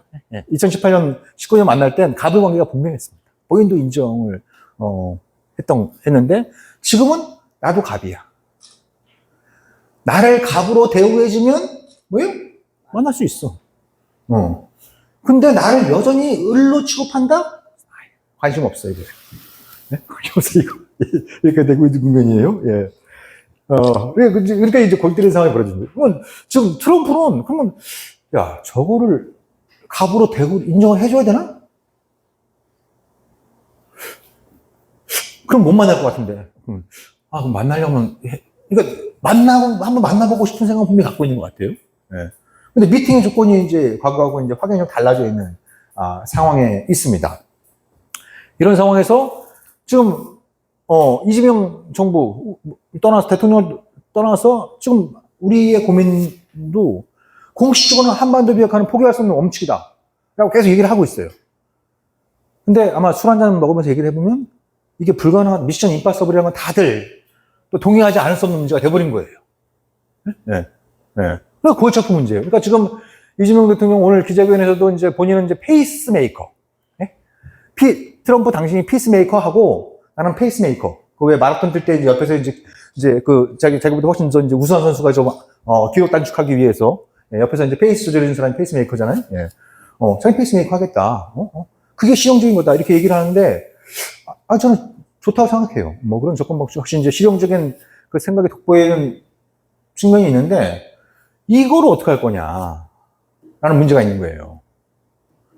그러니까 이거에 대해서 우리가 뭔가를 준비하고 있지 않으면, 이도저도 아닌 상황이 올 수가 있어요. 만약에, 우리가 북미 정상회담이 성사되기를 원한다면, 우리가 이거에 대해서 더 이상 언급하지 않는 게 좋아요. 비핵화를 언급하지 않는 게 좋습니다. 그죠? 예. 왜냐면, 미국이 우리의 입장을 받아들여서, 오케이, 북미 정상회담의 조건이나 의제로 비핵화 문제를 삼겠다. 라고 하면, 김정은이 만나줄 리가 없죠. 그죠? 예. 그렇게 되면, 이재명 정부의 외교적 목표는 무산이 되는 거예요. 그죠? 예. 예. 트럼프가, 야, 다 철진한 얘기야. 비핵화가 다 철진한 얘기야. 예? 예. 그거, 우린 내려놓고 만날 거야. 이러면 또, 우리 정부가 또 골치 아파지는 이런 어떤 부분입니다. 그래서 지금 상황에서 좀 현명한 방법 중에 하나는 가급적 언급을 안 하는 겁니다. 또 핵보유국을 인정하겠다. 이렇게 할 수도 없잖아요. 예. 가급적 언급을 안 하는 게, 현명한 방법이다. 라고 이제 저는 생각을 하는데, 근데 제가 왜 이 비핵화 문제에 관련해서 강력한 엑스맨이 있다고 말씀드렸잖아요. 그게 누굽니까? 트럼프예요. 이 양반 골 때립니다. 예. 이 양반 골 때리는 게 뭐냐면, 이 양반의 입에서 비핵화라고 하는 말이 제 기억에 한 두어 번 정도 나왔어요. 예? 예. 이제 올해 1월 22일 취임한 이후로 한 두어 번 정도 나왔어요. 그죠? 예. 그럼 당연히 뭐, 북한의 비핵화나 조선의 비핵화, 이렇게 얘기했을 것 같잖아요? 그게 아닙니다. 그게 아니에요. 이 양반은 자기가 노벨 평화상에 대한 욕심을 쓰는지, 나와바리가 달라요. 예. 이 양반이 얘기하는 건 쉽게 말씀하면 세계의 비핵화예요. 예. 이 양반의 합법이 뭐냐면, 미국도 핵무기가 많고, 러시아도 많고, 또 중국은 최근에 또 열심히 만들고 있고, 그래서 미국, 러시아가 먼저 좀 하고, 중국도 참여하고, 그래서 미중로가 먼저 핵군축을 단행을 하고, 근데 자기가 보니까 김정은도 핵무기가 많대요. 그래서 김정은도 참여시켜갖고, 김정은을 비롯한 다른 핵무기도 참여해가지고, 세계 핵군축, 더 나가서 세계의 비핵화를 추구하는 게 자기의 목표다, 이렇게 얘기를 해요. 네? 이게 엑스맨이 아니면 뭡니까, 이게? 이게 엑스맨이 아니면 뭡니까, 이게? 그래서 저는 이거를 갖다 해서 예전에, 이건 호페인 수적 전환에 가까운 얘기다. 이거 말도 안 되는 얘기였잖아요. 이런 식의 주장을 과거에 어디서 많이 했습니까? 어디서 많이 했습니까? 따라고 따지면. 전형적인 조선의 화법이에요. 예? 예, 예. 그렇잖아요. 전형적인 조선의 화법이고, 한국에서 그렇게 주장하는 사람들은 미친놈 소리 듣는 거예요. 예? 미친놈 소리 듣거나, 종북, 친북 주자라고 막 몰려고 그러는데, 일단 말은 트럼프가 이렇게 하는데, 저게 그냥 트럼프가 잠을 잘 못 자서 이게 헛소리 한 건가? 이렇게 생각할 수 있는데, 제가 이렇게 보면 한 4차례 정도 굉장히 진지하게 얘기를 했어요. 취임 이후로 4차례 정도. 그러니까 자기는, 러시아 우크라이나 전쟁이 끝나면 푸틴하고 제일 하고 싶은 게 핵군축이고, 그리고 시진핑도 나랑 친하니까 시진핑도 참여시키고, 김정은도 친하니까 김정은도 참여시키고, 그래서 뭔가 세계의 핵군축, 더 나아가서 비핵화 이정표를 세우고 싶다는 얘기를 4차례 정도 이렇게 반복을 해왔어요. 한미 정상회담을 앞두고도 마찬가지 얘기를 했습니다. 국내 언론들이 잘못 보도한 거예요. 한미 정상회담 앞두고, 그러니까 당연히 이제 북미 정상회담이 관심거리잖아요. 그래서 기자 한 명이 물어봤죠. 네? 네. 비핵화 문제 어떻게 할 거냐라고 하니까, 비핵화 해야지. 트럼프가 비핵화 해야지. 그러면서 김정은을 만나서 북한은 어떻게 비핵화 할지 그에 대해서 협상하겠다. 그 얘기 아니었어요. 방금 얘기했던 그거예요. 러시아, 중국, 푸틴, 시진핑을 만나고 먼저 하고 다른 핵폭을 참여시키는 그런 방식으로 비핵화를 쓰겠다.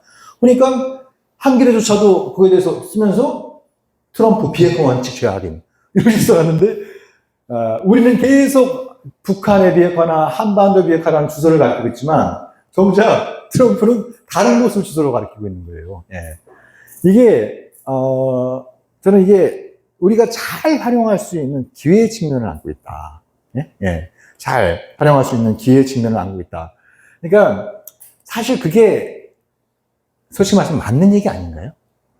그죠? 예? 예, 예, 예. 이게 좋은 핵, 나쁜 핵이 따로 있을 수가 없잖아요. 예? 좋은 나라, 나쁜 나라. 뭐 좋은 핵, 나쁜 핵. 예? 핵은 그 자체로 없어져야 될 거잖아요. 근데 누가 갖고 있는 거는 좋은 거니까 괜찮고, 누가 갖고 있는 건 나쁜 거니까 안 된다. 이런 어떤 이분법적, 선과 악의 이분법적인 시각이 지금까지 핵 문제를 해결하는데 가장 큰 걸림돌이 되어 왔던 거예요. 근데 그게 왜 그런 얘기를 계속 반복하고 있는지 모르겠지만, 트럼프는 그런 어떤 기존의 관점을 완전히 뛰어넘어서 얘기를 하고 있는 이런 부분들이 있어서, 이걸 좀 우리가 좀 어떻게 좀 효과적으로 활용할 수 있을까, 이런 것들도 좀 이제 고민을 좀 해보면 좋겠는데, 그래서 저는 이 한미동맹이 지금까지 특히 윤석열 정부 때는 핵 기반 동맹이라고 막 자랑을 해왔잖아요. 네? 핵 기반 동맹으로 자랑을 했는데, 이제는 핵군축 동맹이라고 하는 방향성을 가지고 한번 움직여보자. 네. 근데 이게 과거 같으면 말도 안 되는 소리였는데, 어찌됐든 미국 대통령이 세계 핵군축, 세계 비핵화를 얘기하고 있는 이런 어떤 지점을 우리가 잘 포착해내면, 지금까지는 우리는 뭐 핵 문제가 아니면 북핵 문제가 전부인 것처럼 계속 얘기를 해왔잖아요. 예, 예. 그러니까 어떻게 보면 이제 그 좁은 우물 안에 있었던 거예요. 우물 안에 있었는데, 미국 대통령이 이제 그거에 대해서 이제 좀 뭐 그 벽을 허물고 세계 핵군축, 세계 비핵화를 얘기를 하고 있다고 한다면, 이제 우리도 이 세계 핵 문제 해결이라는 관점에 북핵 문제를 어떻게 담아내서 이제 접근할 수 있을 것이냐. 이런 걸 좀, 고민하고 공론을 해보자. 이런 말씀을 좀 드리고 싶고요. 때마침 6월 23일 날 같은 날 유엔 총회에서 이재명 대통령의 기조연설과 트럼프의 기조연설이 좀 예정되어 있습니다. 예, 예정되어 있는데 모르겠어요. 예, 지금 뭐 중동 사태, 그다음에 러브 전쟁 뭐 이런 어떤 문제들이 너무나 좀 크게 막 지금 번지고 있어서 이 핵군축 문제가 얼마나 중요한 그 의제로 다룰지 모르겠습니다만 뭐 제 바람이고 뭐 정부 쪽에 그렇게 좀 의견을 전달을 하고 있습니다만, 저 한미 간의 사적 논의를 통해서 트럼프가 세계 핵군축과 비핵화를 추진하는 취지의 얘기를 좀 연설에서 넣고, 이재명 대통령도 거기에 대해서 적극적으로 지지하고 협력하겠다라는 좀 그런 좀 합을 맞출 수 있는 그런 계기를 삼으면 어떨까, 이런 생각도 좀 갖게 되고요. 그리고 지금 9월 달이 한국의 유엔 안보리 순번 의장국 차례입니다. 예. 의장국은 그 안보리 토의 안건을 상정할 수 있는 권한을 갖고 있거든요. 예. 그러면 좋은 기회인 거죠. 여기에서 뭐 장시간 뭐 얘기할 수 있는 건 아니더라도 적어도 그걸 뭐 이렇게 언급하는 수준에서 어떤 핵군축 문제를 꺼낼 수 있는 또 좋은 기회이고, 또 10월 말에는 또 에이펙 회담이 예정되어 있는 이런 어떤 부분들이 있어서, 그래서 지금 우리가 고민해야 될 부분은 그런 것 같아요. 비핵화 원칙을 고수해야 되느냐, 북한을 핵보유국으로 인정할 것이냐, 네? 네. 이런 어떤 좁은 시야를 좀 넘어서 세계 핵 문제 해결이라고 하는, 우리는 지금까지 핵위협과 핵무기가 없는 한반도라는 표현을 많이 썼는데, 핵위협과 핵무기가 없는 세계라는 관점에서 어떻게 한반도 핵 문제를 담아내고 풀어갈 것인가, 이런 뭐 지금까지 어떻게 보면 한반도 생각하지 못한 그런 상상력을 요하는 시대가 아닌가, 그런 생각도 좀 갖게 됩니다. 예, 뭐 혹시 뭐 더 궁금하신 내용이 있으면 요 얼마 전에 나온 책을 한번 참고를 해주면 좋을 것 같고요. 이 정도로 일단 제 말씀 좀 마치고, 뭐 질문 있으면 또 질문 받는 시간 이렇게 갖도록 하겠습니다. 감사합니다.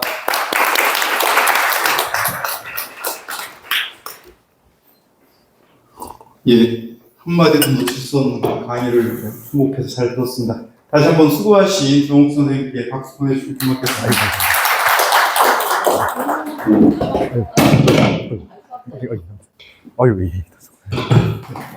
어떤 생각이 들었냐면, 제가 학생 때부터 남북관계라든가 한반도 문제, 또 미국 문제 이런 거에 대해서 공부를 그래도 열심히 해온 사람이라고 이렇게 자부했었는데, 오늘 강의 듣다 보니까 제가 그동안 했던 것들이 강사님 편을 그대로 옮기면 각주구검이었구나, 내가 있는 자리에서 내 기준에 따라서 내 판단하고 있었구나, 흥미에 너무 목매했구나, 그래서 우리에게 끊임없이 새로운 공부가 필요하구나, 이런 생각을 했습니다.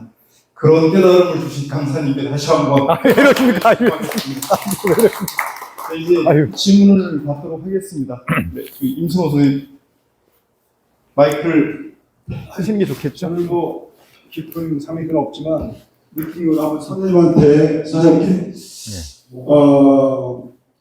만약에 이제 김정은 지도자가 네. 우리 한국하고 영원히 대화를 안 하지는 않을 거 아니에요? 이재명 정부는 또 북한하고도 조선하고도 교류를 하고자 할 텐데 김정은 입장에서는 지금 현 상태에서 이재명 대통령이 대화를 홀했을 때 안 할 확률이 많죠. 네. 선생님이랑 김정은이라고 하겠습니까? 저는 김정은인데 북한 지도자인데 제가 이재명이에요. 대화합시다 하면 하시겠네요. 저 같으면 하죠. 김정은. 예. 역으로 제가 김정은이에요. 예. 저는 안 할 거예요. 예. 왜냐? 내가 남한한테 너무 당했어요. 네. 내가 김정은입니다. 너무 당했어요. 네.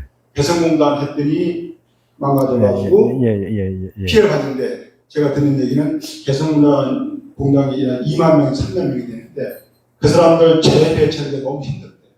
다시 개성공단이 생긴다면 정권이 바뀌어서 이재명 정부 아닌 다른 정부가 들을 수 있는 확률이 있으니까 남한에는 다시 또 이런 안 좋은 사태 나면 북한 주민들한테 무엇이라고 말할 거예요. 수령을 시험이 없잖아요. 또 하나. 자, 그러면 이재명 정부가 잘 돼서 네. 다회가 됐는데 이재명 정부 잘 되다가 또 남한에서 정부가 바뀌었어요.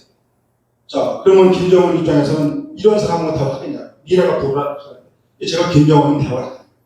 자, 한다는 조건이 있습니다. 남한 정부가 최하 20년 가게 하겠어요. 제가. 그럼 20년 가게 하려면 한국에서 어떻게 되냐? 이 정부가 계속 인정을 나가야 돼요. 그럼 나가려면 우리가 보장이 없잖아요. 자, 어떻게 해야 될까요? 제가 답하고 끝낼게요. 현재 하고 있는 이재명 정부와 정청래 대표가 하고 있는 내란 세력을 완전히 없애요.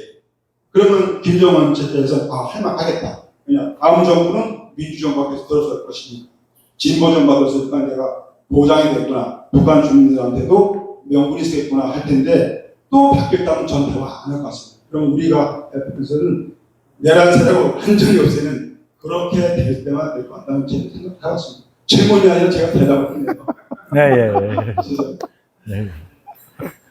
근데 그게 이제 뭐 장단점을 떠나서 어떤 인류가 오랜 역사 동안 뭐 다양한 시험들, 다양한 시행착오를 반복해 왔습니다만 그래도 민주주의, 특히 이제 선거에 의해서 정기적으로 정권을 바꿀 수 있는 민주주의가 그나마 좀 나은 체제라고 하는 그런 또 인류 역사에서 오랫동안의 그런 경험도 우리가 무시할 수 없는 부분이라고 생각이 듭니다. 그러니까 저는 선생님 말씀의 취지는 뭐 이해를 합니다만 우리가 대한민국 정권은 이제 민주정권으로 영원할 거야. 그걸 누가 약속을 할 수 있겠습니까? 예. 제가 노무현 정부 때도 다 이제 지난 말씀입니다만 그때 제가 주한미군의 전략적 유연성 이런 문제 가지고 청와대에 있는 분들하고 언쟁도 하고 그랬었는데 그분들이 그때 뭐라고 말씀하시냐면 야 걱정하지 마라. 계속 민주적이고 자주적인 정권이 만들어지니까 대만 사태 이런 상황이 발생해서 주한미군의 투입을 허용하지 않는, 그죠? 그걸 허락하지 않는 정권을 계속 만들어내면 된다. 파무 정권 바뀌었어요. 문재인 정부 때 뭐라고 그랬습니까? 조수정부 나와가지고. 김정은이랑 문재인 만나고 굉장히 많은 합의를 했잖아요? 누군가가 이제 뭐 민주정권이 뭐 20년쯤 갈 거니까 뭐 얘기를 했다가 나중에 알려져고 이제 논란됐습니다만 또 바로 정권이 바뀌었습니다. 그러니까 우리가 그 문제, 그러니까 한국의 어떤 정권 교체와 남북 관계는 일정 부분 연결되어 있는 부분들이 분명히 존재합니다만 우리가 관심을 가져야 될 부분은 정권 교체와 관계없는, 그죠? 정권 교체 여부와 관계없이 어떻게 남북 관계 더 나아가서 한반도 평화를 굳건하게 만들 것이냐.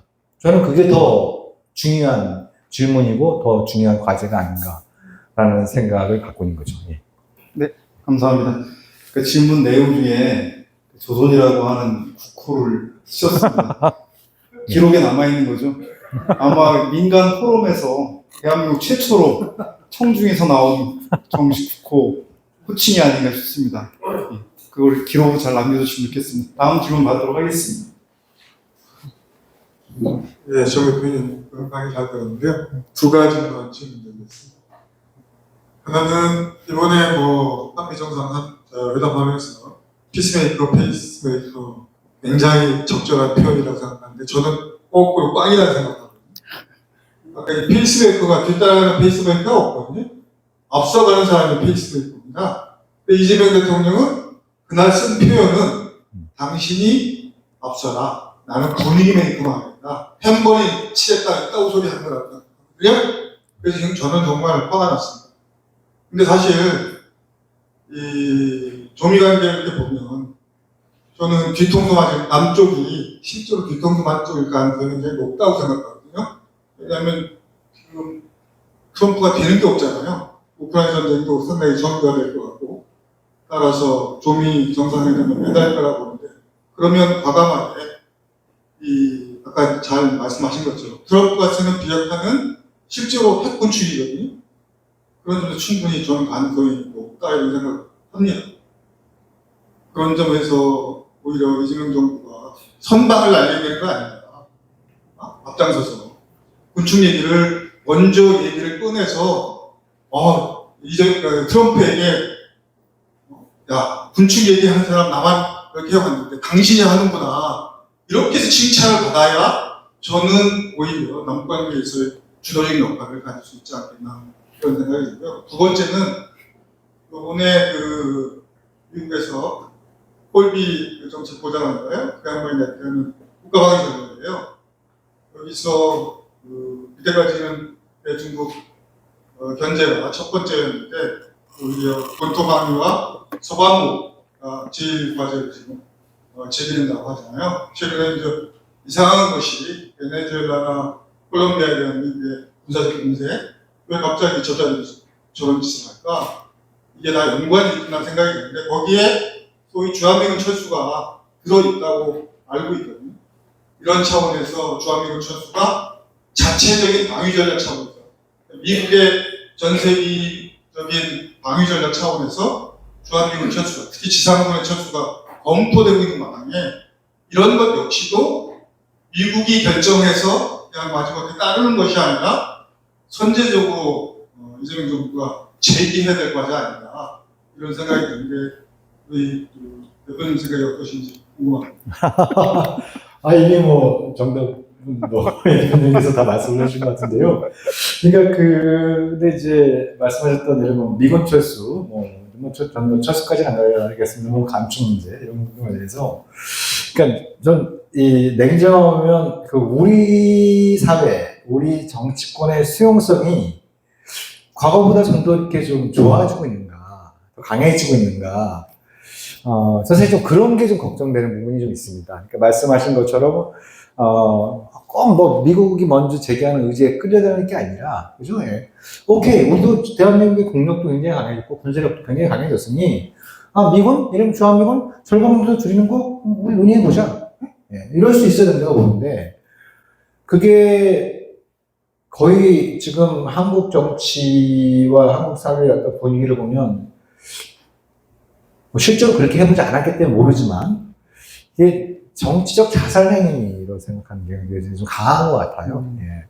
그러니까 지금 미국이 저렇게 트럼프가 난리불수를 치고 있는데, 또 여전히 미국의 행태에 대해서 반미 감정은 그렇게 높아지지 않고 있지 않습니까? 그만큼 미국이라고 하는 존재, 그러니까 객관적으로 존재하는 미국도 있습니다만, 우리 안에 미국은 더 강해지고 있는 것 같아요. 공고해지고 있는 이런 부분들에서 말씀하셨던 취지는 이해를 합니다만, 그런 어떤 정치 사회적인 분위기들을 우리가 갖고 있는가? 그게 부족하다면 그걸 어떻게 만들 것이냐? 그건 단순히 한미 관계에 국한된 문제가 아니죠. 그러니까 제가 조선이라고 하는 표현을 쓰는 이유, 예를 들면 그런 거거든요. 예를 들면 대한민국 대통령이 이러저러한 이유 때문에 북한의 대화를 제기한다라고 표현할 때하고 이러저러한 문제를 논의하기 위해 조선민주인민공화국의 대화를 제기한다라고 할 때 저쪽도 받아들이는 게 다르지 않겠습니까? 그죠? 예, 예. 근데 후자의 표현을 할 수 있는 대통령이 언제쯤 나올까? 이것도 이제, 뭐, 정부나 대통령의 선택에 문제도 있겠습니다만, 국민의 대표로서 그게 어느 정도 우리 사회 여론의 수용성을 가질 수 있느냐. 그래서 저는, 그걸 좀 우리가 좀 논의가 필요하고 선택을 존중을 해야겠습니다만, 아무튼 뭐 저쪽에 공식 이름을 불러준 사람이 늘어날수록, 그렇게 표기하는 언론이 늘어날수록, 그 사회적인 거부감도 줄어들 수 있고, 언젠가 한국의 대통령이나 정부가 그런 호칭 변경의 문제, 호칭 변경이라고 하는 문제는 그 정도까지 고민하게 된다고 한다면, 그럼 국가보안법의 개폐 문제, 그죠? 예. 헌법의 영토조항의 개정 문제, 이런 것까지도 같이 이제 열려서 사고할 수 있는 문제 아니겠습니까? 그래서 좀 그런 부분들 만들어 나가는 게 좀 중요한 과제이다라는 생각을 좀 갖게 됩니다. 예. 네, 다음 질문 받도록 하겠습니다. 네, 강사님 말씀 잘 들었습니다. 지금 한반도에서 한반도 비핵화를 얘기하기보다는 좀 발상의전을 통해서 핵무기에 대한 언급을 잘 안 하고 묵인 내지 이런 거를 좀 통하면서 우리나라도 일본처럼 핵 제철이 이런 것을 좀 얻어내서 차라리 우리도 그런 핵 능력을 갖추고 가는 것이 어떨까 하는 생각이 들고 또 그것이 어떤 조미 대화를 만들어내는 데 있어서도 좋은 환경이 되고 또 우리 스스로의 자주 극복하는 데도 도움이 되지 않을까 하는 생각이 드는데 강사님의 생각은 어떠신지 묻고 싶습니다. 예, 선생님, 좋은 질문 주셔서 생각합니다. 좀 우리가 한국도 핵무기까지는 아니어도 한 잠재력 정도, 도의의 필요성을 말씀하셨는데, 사실 지금 선생님 말씀이 다수의 의견입니다. 예. 지금 이재명 정부 내에서도 그렇게 생각하는 분들이 많이 계시고요. 예. 이게 정치적 레토릭으로는 어느 정도 힘을 가질 수 있다고 생각합니다. 그러니까 우리가 좀 더 비핵화 문제에 대해서 좀 더 이렇게 좀 창의적이고 유연하게 접근할 수 있는 그 방법 중에 하나가 우리가 그런 잠재력을 갖는, 핵 잠재력을 갖는 이런 부분들이 이제 어느 정도 이렇게 영향을 줄 수 있는 측면들이 있는데, 근데 이게 몇 가지 문제가 있는데요. 예. 잠재력을 갖는 것 자체가 굉장히 어렵습니다. 잠재력이라고 하는 건 이런 무람 농축 능력, 혹은 이제, 사용 연료, 핵 재처리 능력, 이렇게 이런 어떤 부분들이 있는데, 오늘 뭐 이재명 대통령의 100일 기자회견에도 그 얘기가 나왔던 걸로 하는데요. 이제 그 동아일보 기자가가 뭐 신규 원전 안 짓겠다는 얘기, 뭐 탈원전 아니냐, 뭐 이런 식의 얘기를 했고, 이재명 대통령이, 이재명 대통령이 뭐, 원전 하나 짓는데 한 15년 걸리는데, 그게 지금 당장 1년 내로 뭐, 그 전기료만 필요한데, 그건 미련한 짓이고, 오히려 뭐, 태양광이나 풍력 같은 재생에너지 짓는 게 훨씬 더 현명하고 빠르겠다, 이런 식의 답변을 했는데요. 그러니까 이게 잘, 그 핀트가 안 맞는 겁니다. 그럼 우리가 예를 들면, 농축 우라늄 능력이나 핵 제철 능력을 확보하겠다는 거, 이른바 평화적 핵이용, 원전 능력을 계속 강화하겠다라고 하는 걸 국가 기조로 삼으면서 그거를 하겠다는 거냐. 근데 지금 이재명 대통령은 신규 원전에 대해서 부정적인 얘기를 한 거거든요. 그죠? 예. 그 부분이 있는 거죠. 그리고 미국이나 일본조차도, 자체적으로 농축 우라늄을 만들지 않습니다. 대부분 다, 미국은 주로 러시아에서 수입을 많이 해요. 예? 뭐 캐나다에서 수입을 많이 해요. 왜 그러냐? 그게 싸기 때문에요. 예? 예. 한국보다 훨씬 더 강력한, 이런 농축 능력을 갖고 있는 미국이나 일본조차도 수입을 하는, 싸기 때문이에요. 재처리 관련해서도 지금 일본의 로카시무라, 이게 93년인가 착공이 됐는데 아직까지 완공이 안 되고 있어요. 아직까지 완공이 안 되고, 언제 완공이 될지 모르고, 이거 다 짓는데 지금 추산되는 게 140조 원 정도가 들어가는 건 이게 추정이 되고 있어요. 예. 그래서 이게 처음에 이걸 만들 때는 자기들도 그렇죠.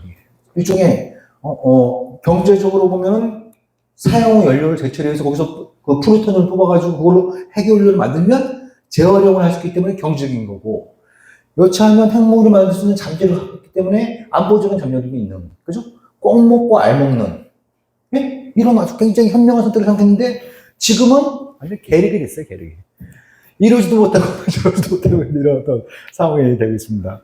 그러면, 한국은 핵 재처리의 경험이 전무한 상황이거든요. 예? 그런 노하우와 시설과 경험을 갖고 있는 일본조차도 저렇게 해내고 있는데, 우리가 거기에 발을 들어는 게 과연 경제적으로나 안보적으로 어떤 의미가 있는 것이냐.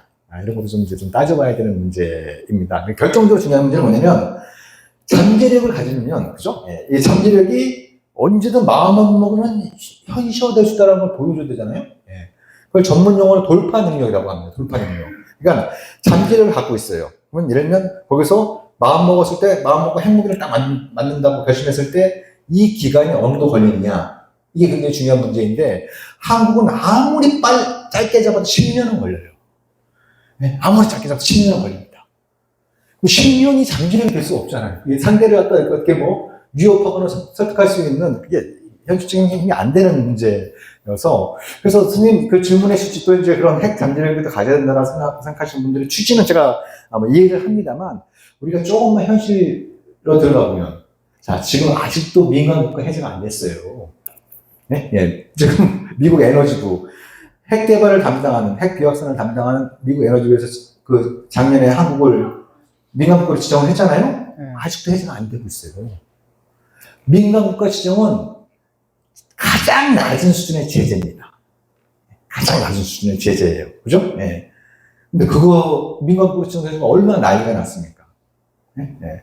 그럼 조금만 더 수위를 높인다? 더 난리가 나는 거예요. 조금만. 그럼 미국한테, 야, 우리가 잠재력을 갖겠다라고 하는 거를 갖다가 동의를 받아내는 게, 미국의 다른 대통령이 있어도 그거 공짜가 아니겠지만, 지금 트럼프를 상대로 해서는 어마어마하게 퍼줘야 될 거예요. 그리고 퍼주면 퍼질수록 더 코가 깨요. 더 코가 깨고, 우리 좀 똑똑히 경험하고 있잖아요. 예? 바이든이 투자하려고 그렇게 막 해갖고, 투자가 공장 짓고 있는데 이런 일이 벌어지는 거예요. 그죠? 예. 더 코가 깨는 겁니다. 그리고 아까 말씀드린 것처럼 핵 잠재력을 갖고 있는 상태가 있으면 우리가 자주 국방 능력이 강해지는 것처럼 들 수 있잖아요. 전혀 아닙니다. 전혀 아니고요. 왜냐? 한국의 잠재력을 갖는다는 얘기는 조선과의 관계, 중국과의 관계, 러시아의 관계에도 영향을 줘요. 그죠? 좋아지는 일은 만무예요. 그죠? 예. 왜 어떤 나라가 좀 경쟁적이거나 적대적인 나라가 핵무기를 개발할 수 있는 잠재력을 갖겠다? 라고 하면 당연히 관계가 좀 안 좋아지는 방향이 돼요. 그러면 한국의 대미 의존도, 특히 안보 문제에 대해서 의존도는 또 강해져요. 그러니까 적어도 한국이 그 잠재력을 현실화시킬 수 있는 그 기간 동안은 미국에 대한 안보 의존도, 주한미군에 대한 의존도가 더 강해져요. 그죠? 네? 그죠? 네. 그러면 더 미국에 대한 의존도가 심해지는 거예요. 그래서 이게 그냥 어떻게 보면 뚝 치면 이게 능력을 가질 수 있는 그런 차원의 문제가 아니기 때문에 저는 정부에서 말하는 국익 중심의 실용 외교 이런 관점에서도 그거는 깨끗하게 내려놓는 게 현명하다고 생각합니다. 예, 다른 분도 잠시만요. 먼저 하시고 잠깐만 기다려. 네, 저는 좀 가벼운 질문을 하겠는데요. 네. 윤석열이 계엄을 하기 위해서 전쟁 유발 친화적 짜지 않았습니까? 네네. 그랬는데 오물 분산이라든지 폭격이라든지 무인기까지 했는데 북한은 왜 침묵했습니까? 다 알았을 텐데. 제가 아까 말씀드린 것처럼 굉장히 좀 그게 걱정스러웠어요. 작년 상반기, 하반기. 그러니까 작년 상반기에는 조선 쪽에서 헌법을 개정해서 새로운 국경선을 선포하겠다. 그죠? 예. 특히 이제 서해에 해상 경계선을 선포하겠다. 선생님도 더 잘 아시는 문제였습니다만, 그러면 진짜 심각한 문제가 발생할 수 있는 부분이기도 하고, 아무튼 또 근데 윤석열도 거리가 보면서 굉장히 걱정을 많이 했었고, 그래서 제가 중국 두 친구들 만나면서 계속 좀 그런 얘기를 많이 했었습니다. 그거 좀 어떻게든 좀 자제를 시켜야 된다. 새로운 해상 경제선을 선포한다. 이런 게 좀 자제를 시켜야 된다. 이렇게 얘기도 하고 있었는데. 근데 뭐 이제 윤석열이 총선 패배 이후로 막 드라이브를 걸기 시작했죠. 예. 굉장히 좀 선생님들 많이 걱정하시고 좀 했는데. 근데 작년 7월에 김여정이 재미난 담화를 내놨었어요. 예. 정확한 워딩은 잘 기억이 안 납니다만 요지는 그거예요. 예. 너희들이 자꾸 우리 옆구리를 찌르는데 우리는 그 기류를, 그 의도를 훤히 꿰뚫고 있다. 훤히 꿰뚫고 있다. 우리가 너희 의도에 많이 들 것 같아? 뭐 이런 식의 얘기예요. 예? 그 담화를 보면은, 예? 그런 식의 내용인 거예요. 그러니까 자기들이 봐도 윤석열 정부가 왜 필요 이상으로 막 이렇게 막 하니까, 예? 막 하니까 그래서 왜 저러지? 그러니까 뭐 그 사이에 뭐 총선 패배도 있었고, 뭐 김건희 관련된 여러 스캔들이 있었고, 최상병 사건에 대통령 부부가 어떻게 개입되었든 막 얘기 나오고, 막 이러면서 막 이제 그랬었잖아요. 예. 그러면 그런 일이 벌어지면 벌어질수록 더 옆구리를 세게 찔러대는 거예요. 예. 예. 그러니까, 야, 속에 뻔히 다 보이는데, 우리가 그 의도 안 많이 들 거야. 그래서 아까 말씀드린 것처럼, 굉장히 조선의 대응이 이렇게 눈에는 눈, 이에는 이식인데 뭐예요? 굉장히 좀 뭐랄까 좀 치사한 방법을 많이 동원했던 거죠. 대북전단 살포에는 오물을 잔뜩 담아서 보내고 이쪽에 방송 트니까 예, 그전에는 어떻게 했습니까? 조준 타격 얘기했었잖아요. 그죠? 예, 뭐 대북전단에 실제로 그죠? 예, 연천 쪽에서 고소총을 쐈다가 그 총탄이 떨어지기도 하고 막 이랬었잖아요. 예, 이쪽에서 확성기 방송 들 때 확성기 방송에 원전 타격했다. 그전에 그랬었는데 작년에는 눈에는 눈, 이에는 이. 방송에는 방송, 삐라에는 어물풍선. 막 이런 식으로 이제 이렇게 했던 거예요. 그리고 무인기 관련해서도 아까 말씀드린 것처럼 국방성이 나선 게 아니고 외무성이 나서면서 외교적인 상황을 취급하는 이런 어떤 부분들이, 예, 자기는 그런 윤석열의 의도에 말려들 의사가 없다. 뭐 이런 것들에 대한 의사 표현이 아닌가 그런 생각이 들었습니다. 예. 강의 말씀 잘 들었고요. 그러면서 좀 답답한 마음도 많이 더 생기는데, 예. 대표님은 아까 예. 이재명 대통령이 네. 비핵화를 언급 안 해서 좋다고 이렇게 하셨고, 저도 그런 생각인데, 자꾸 언급을 하더라고요. 예. 자꾸 언급하고 답답하고, 미국과의 여러 관계에서 지금 움직이는 그 외교안보 라인 쪽의 움직임이나 이런 것들이 과연 그런 대북 관계를 새롭게 넘어설 수 있는 그런 준비가 지금 돼 있는 건가? 어떤 진영, 실용 외교라고 하고 있는데, 과연 지금 현 정부의 외교안보 라인이나 어떤 대북 관계, 또 대미 관계에 대한 이런 새로운 시각을 볼 수 있는 그런 진영을 갖추고 있는가? 이런 좀 말씀 좀 하고 싶고요. 네. 중국이나 러시아 뭐 여러 나라에 특사를 보냈는데 러시아에는 특사도 안 보내고 아무래도 중국에 특사를 보냈지만 뭐 제대로 대접도 못 받고 뭐 이런 상황으로 자꾸 흘러가는데 아까 기대했던 유엔에서 이번에 총회에서 세계 비핵화라고 하는 트럼프의 그 말이 저는 지금 약간 그 트럼프의 레토릭 같은 게 아닐까, 자기 과장된 그런 레토릭이 아닐까 그런 생각이 드는데, 그런 발언까지 내다보면서 이재명 정부가 현재 그 상황들을 넘어설 수 있을까, 이런 답답함이 좀 많이 들어서 한번 그 의견을 좀 청해드리고 싶고요.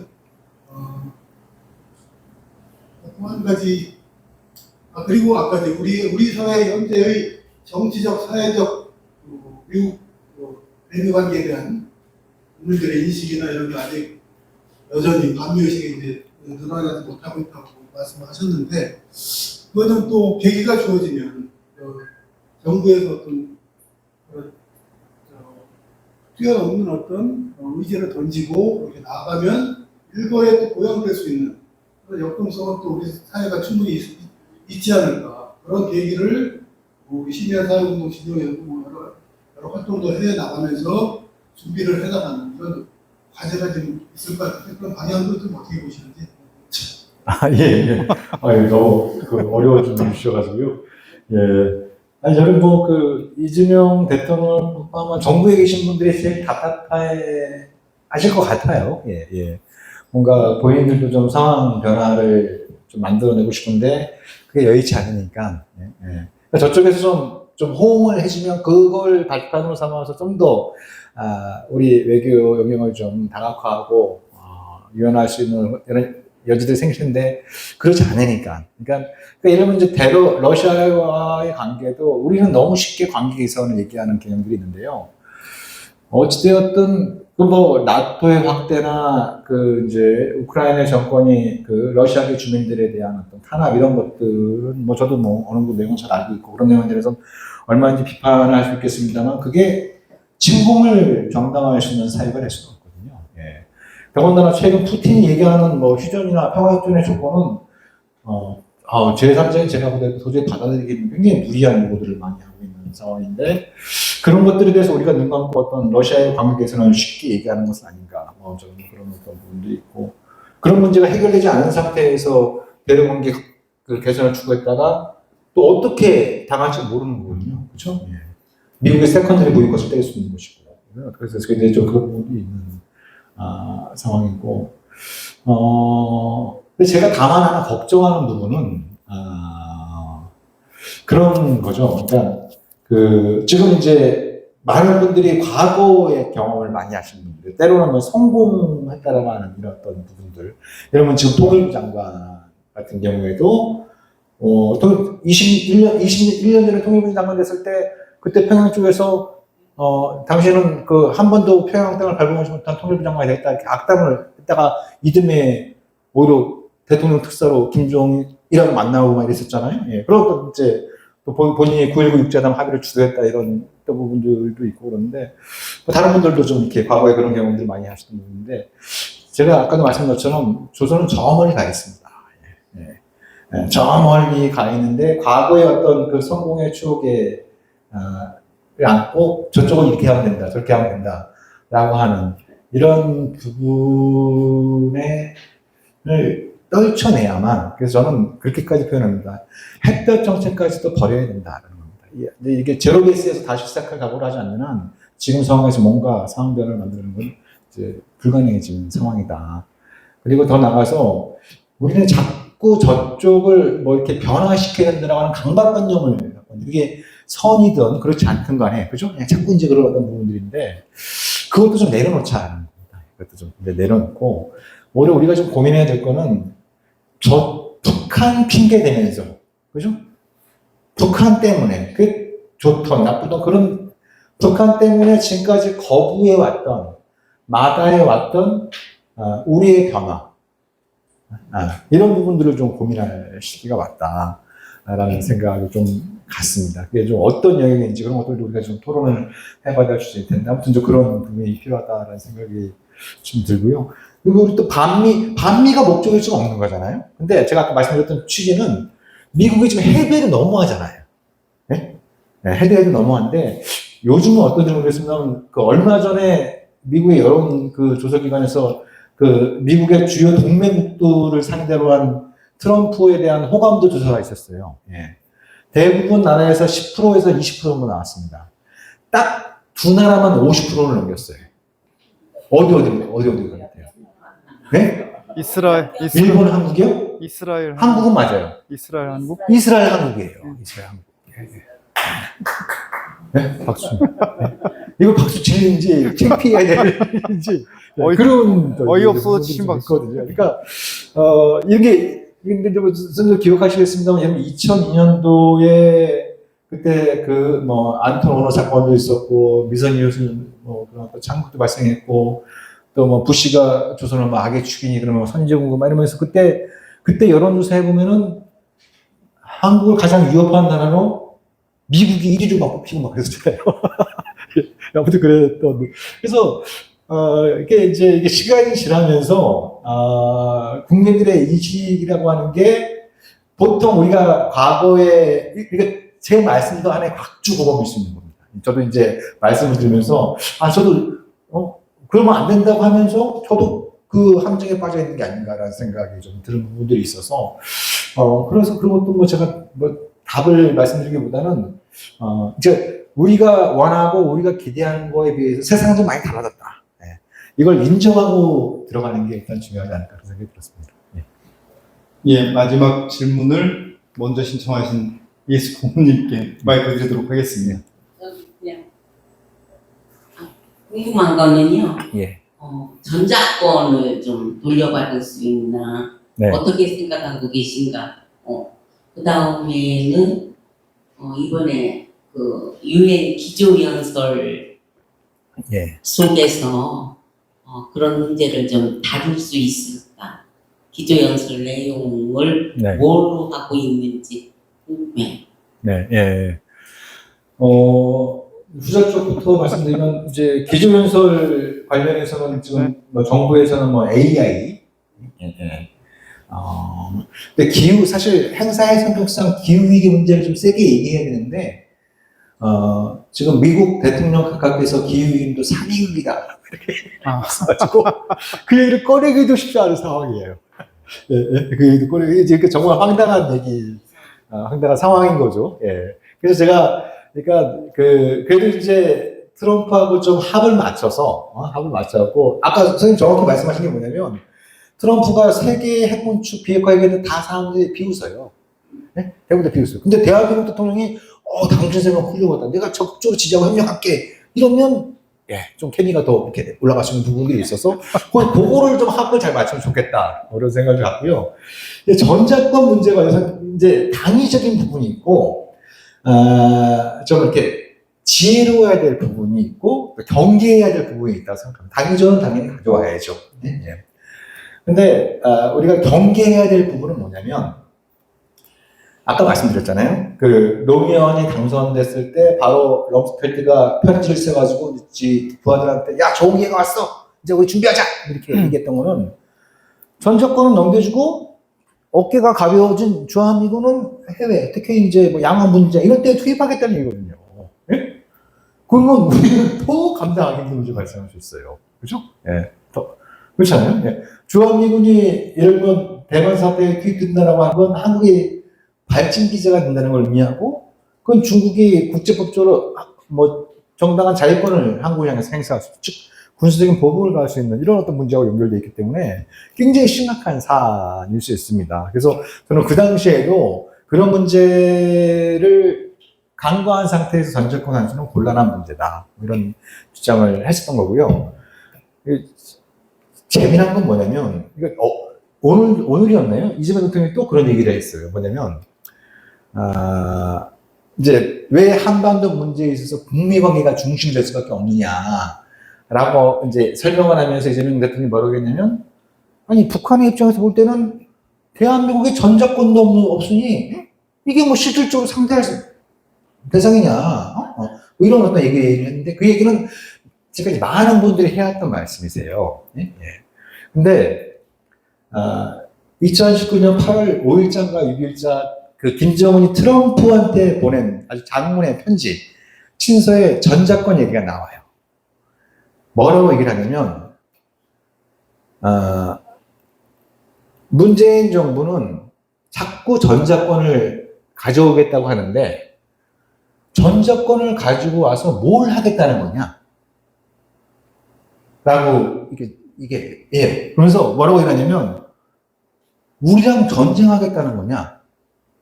아니면 저기 멀리 있는 이란과 전쟁하겠다는 거냐? 왜 전자권 환수에 저렇게 집착하는지 이해할 수 없다는 취지의 내용이 담겨 있어요. 네? 흥미로운 부분 아니에요? 저 굉장히 흥미롭게 봤던 부분이에요. 예. 그러니까, 김정은의 그런 생각을 우리가 무슨 제가 지지한다 이런 뜻이 아니고, 그 전에 들었던 얘기와는 다른 얘기를 하는 거예요. 그 전에는 우리가 많이 듣던 아까 말씀드린 것처럼 한국은 전자권도 없는, 어떻게 보면 반민국 식민지 상태다. 그죠? 뭐 이런 식의 어떤 얘기를 저쪽에서 많이 했다라고 우리 들어왔잖아요. 근데 김정은 얘기는 다른 거예요. 아니, 만나서 전쟁하지 않겠다고 약속을 하고 상호간에 불가침을 약속을 했는데 왜 대한민국 정부는 전자권을 가져오겠다고 저 난리를 치고, 단계적 건축을 추진하기로 했는데 오히려 사상 최대 규모의 군비 증강을 하고, 왜 만나서는 평화의 약속을 나누고 돌아서서는 외세하고 연합훈련을 하고 다 전자권을 찾겠다는 이유를 대고 있는데 전자권을 찾아서 뭐 하려고 해요? 이렇게 이제 물어보거든요. 그래서 새로운 세대가 등장한 거예요. 어떻게 보면.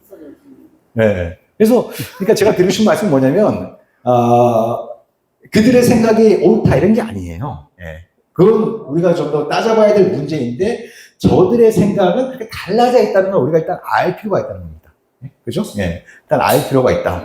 그래서 저는 지금 이재명 정부가 임기 내 전 정권 환수와 관련해서 이렇게, 명확한 입장을 얘기를 안 하고 있는데 그게, 그런 거거든요. 전 정권 환수를 이쪽을 세게 꺼내면, 오케이, 가져가.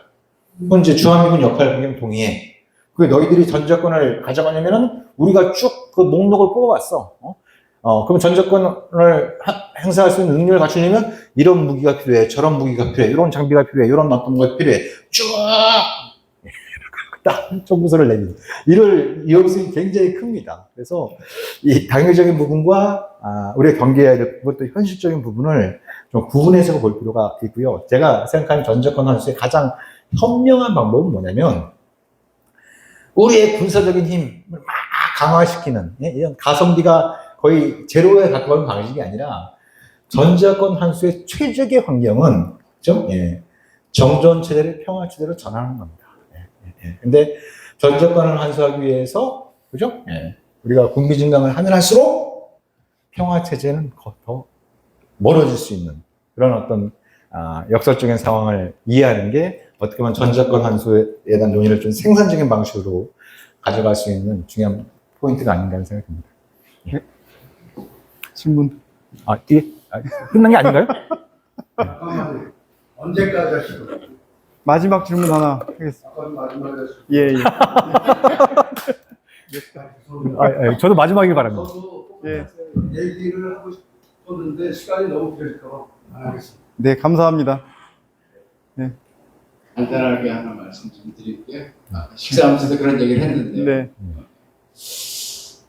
이런저런 이유들 때문에 지금 사실은 시민운동 차원에서의 일을 어떻게 할 것인가 하는 게 통일부의 일을 바꾸는 좀 더 공론화시켜서 통일부 일을 바꾸는 게 어떻겠는가. 그러다 보면 어쩔 수 없이 조선이라는 단어를 쓸 수밖에 없고 조선이라고 부르는 것이 일반적인 것이 될 것이고 그렇게 되면 영토에 관한 부분들도 얘기가 될 것이고 그에 보수적으로 보안법도 철폐할 수 있을 것 같다는 생각이 좀 들거든요. 어떻게 생각하시는지 그리고 만약에 프로세스상 대충 합의가 가능하죠. 옳은 방법인 것 같다고 하시면 어떤 방식으로 운동을 좀 해야 될까 싶은 생각이 들어요. 아까 말씀하신 대로 전자법 부분에는 사실은 문재인 정부도 실적 하나를 짚어서 사실 그래서 무기도 더 많이 국방도 많이 올려놨죠. 그것보다 아닌가 싶은 생각이 좀 드는데 그래서 이번에 다시 얘기하면 통일부의 이름을 바꾸면서 시작해서 이렇게 좀 대중운동을 좀 하면 어떨까 이런 생각을 하는데 프로세스가 맞는 건지 좀 생각해 주시고. 예. 통일부 명칭 변경이나 저쪽에 호칭 문제나 국법부 개헌 문제 이런 부분들이 어떻게 보면 다 이제 엮여있는 문제라는 생각이 드는데요. 저는 그 단박에 뭔가 이렇게 하려는 건 상당히 리스크가 큰데 동시에 너무 지체되어 있다. 예. 그러니까 이게 계속 좀 이렇게 좀 논의가 좀 되었으면 좋았을 텐데 계속 우리가 미루고 있다가 그죠? 모른 척 하고 있다가 저쪽에서 한번 난리 치면 이제 그때 이거 어떡할 거냐 저에서 자꾸 그러니까 김여정, 김정은 한명이다 이렇게 이제 욕도 먹고 그러지 않습니까? 그래서 좀 시간을 하는 게 중요하다.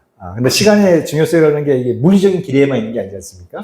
같은 시간이라도 우리가 어떻게 보내냐에 따라서 얼마인지 그 시간의 양상은 달라질 수 있기 때문에 그래서 예를 들면 공론화위원회 우리가 이제 문재인 정부 초기 때 이제 고리원전 폐쇄 문제 관련해서 그런 것처럼 일반적인 국민들이 주체가 돼서 참여를 해서 통일부 명칭 변경에서부터 저쪽에 호칭 문제, 개헌, 국법 이런 문제 관련해서 남북 관계를 어떻게 새롭게 설정할 것이냐 이런 어떤 주제를 가지고 공론화위원회 이런 것들을 요청하는 방식이 좀 어떨까 좀 그렇게 좀 생각을 좀 해봤습니다. 네. 네, 감사합니다. 질문 여기까지 받도록 하겠습니다. 마지막 순서는 늘 하듯이 지역의 향후 시민사회의 일정을 공유하는 시간을 갖도록 하겠습니다.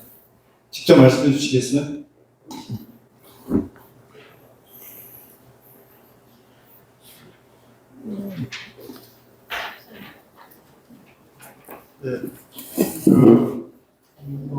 요것 때문에 나왔습니다. 원래 직전부터 해야 되는데 지역 일정에 다른 일정 계속 홍보하다 보니까 약간 뒤에 늦어졌거든요. 다음 주 월요일 날 한반도 평화 관련해서 아시겠지만 지금 우리 아까 강사님도 얘기했지만 사실 이게 단일 패권인 것이고 다각화 질서로 들어간다고 다들 예상을 하고 있거든요. 그런 속에서 실제 한반도 평화를 어떻게 해야 될지 그래서 여기도 생명의자 너무 이상성 교수님이 기조강연을 해주시고요. 미국, 중국, 러시아, 그리고 조선 전문가들이 나와서 발표를 하고 종합 토론을 합니다. 2010 교육청 앞에 YWC 건물이 있거든요. 거기 시청 대학강당에서 하십니다.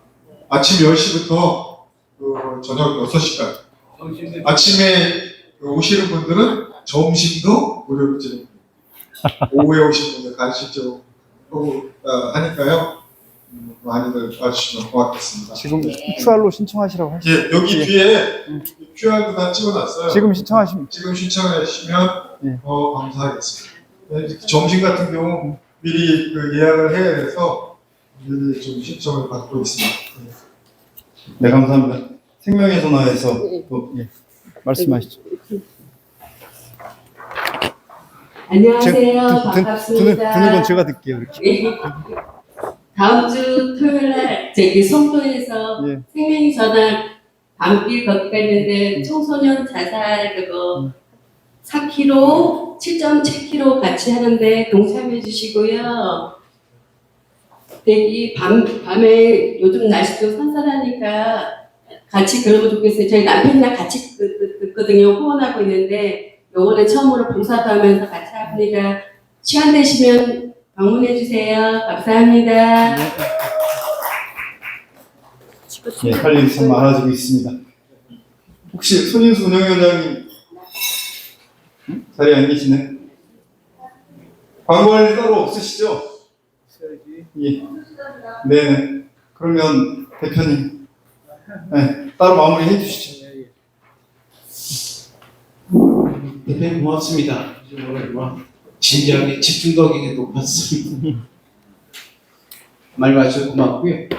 10월 포럼은 예정대로 10월 2일 날 하게 될 것 같습니다. 특별한 일은 제가 지금 말씀드린 얘기는 10월 3일이 개천절을 쉬는다는 거예요. 금요일.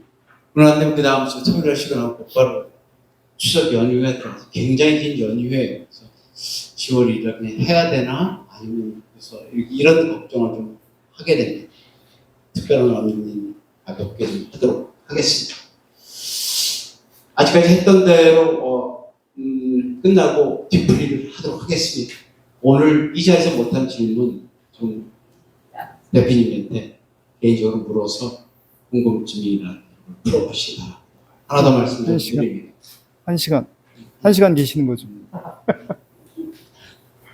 그리고 이 행사는 좀 아까 이성재 대표가 컨퍼런스도 말씀드렸습니다만 광복 80주년, 한국전쟁 75년, 한반도 평화 인천행동의 평화주간 행사로 진행하는 겁니다. 그래서 이 웹자보에 나와 있는 이 세미나라든지 이번 토요일 날 월미도의 평화로 물들이자라는 행사들이 있거든요. 이거는 풀텐 많이 참석해서 인천 상륙작전으로 해서 사실 승전의 역사를 가지고 얘기하는 것을 없애버리고 희석시키고 평화로 물들인 일을 여러분들 같이 해주면 좋겠다. 네. 부탁을 다시 한번 드립니다. 네. 그리고 저희 회원으로 가입해주면 고맙겠다 하는 말씀을 드리고요. 나같이 사진 한 방 찍고 뒤풀이를 가실 분 뒤풀이 가시면 대표님도 더까지 가셔야 되니까 네. 1시간 정도는 짧게 끝내드려야 되긴 하겠지만 소주 한잔 하면서 막걸리 한잔 하면서 질문할 시간 가질 수 있을 것 같다 생각합니다. 강사님 감사합니다. 사진 하나 같이.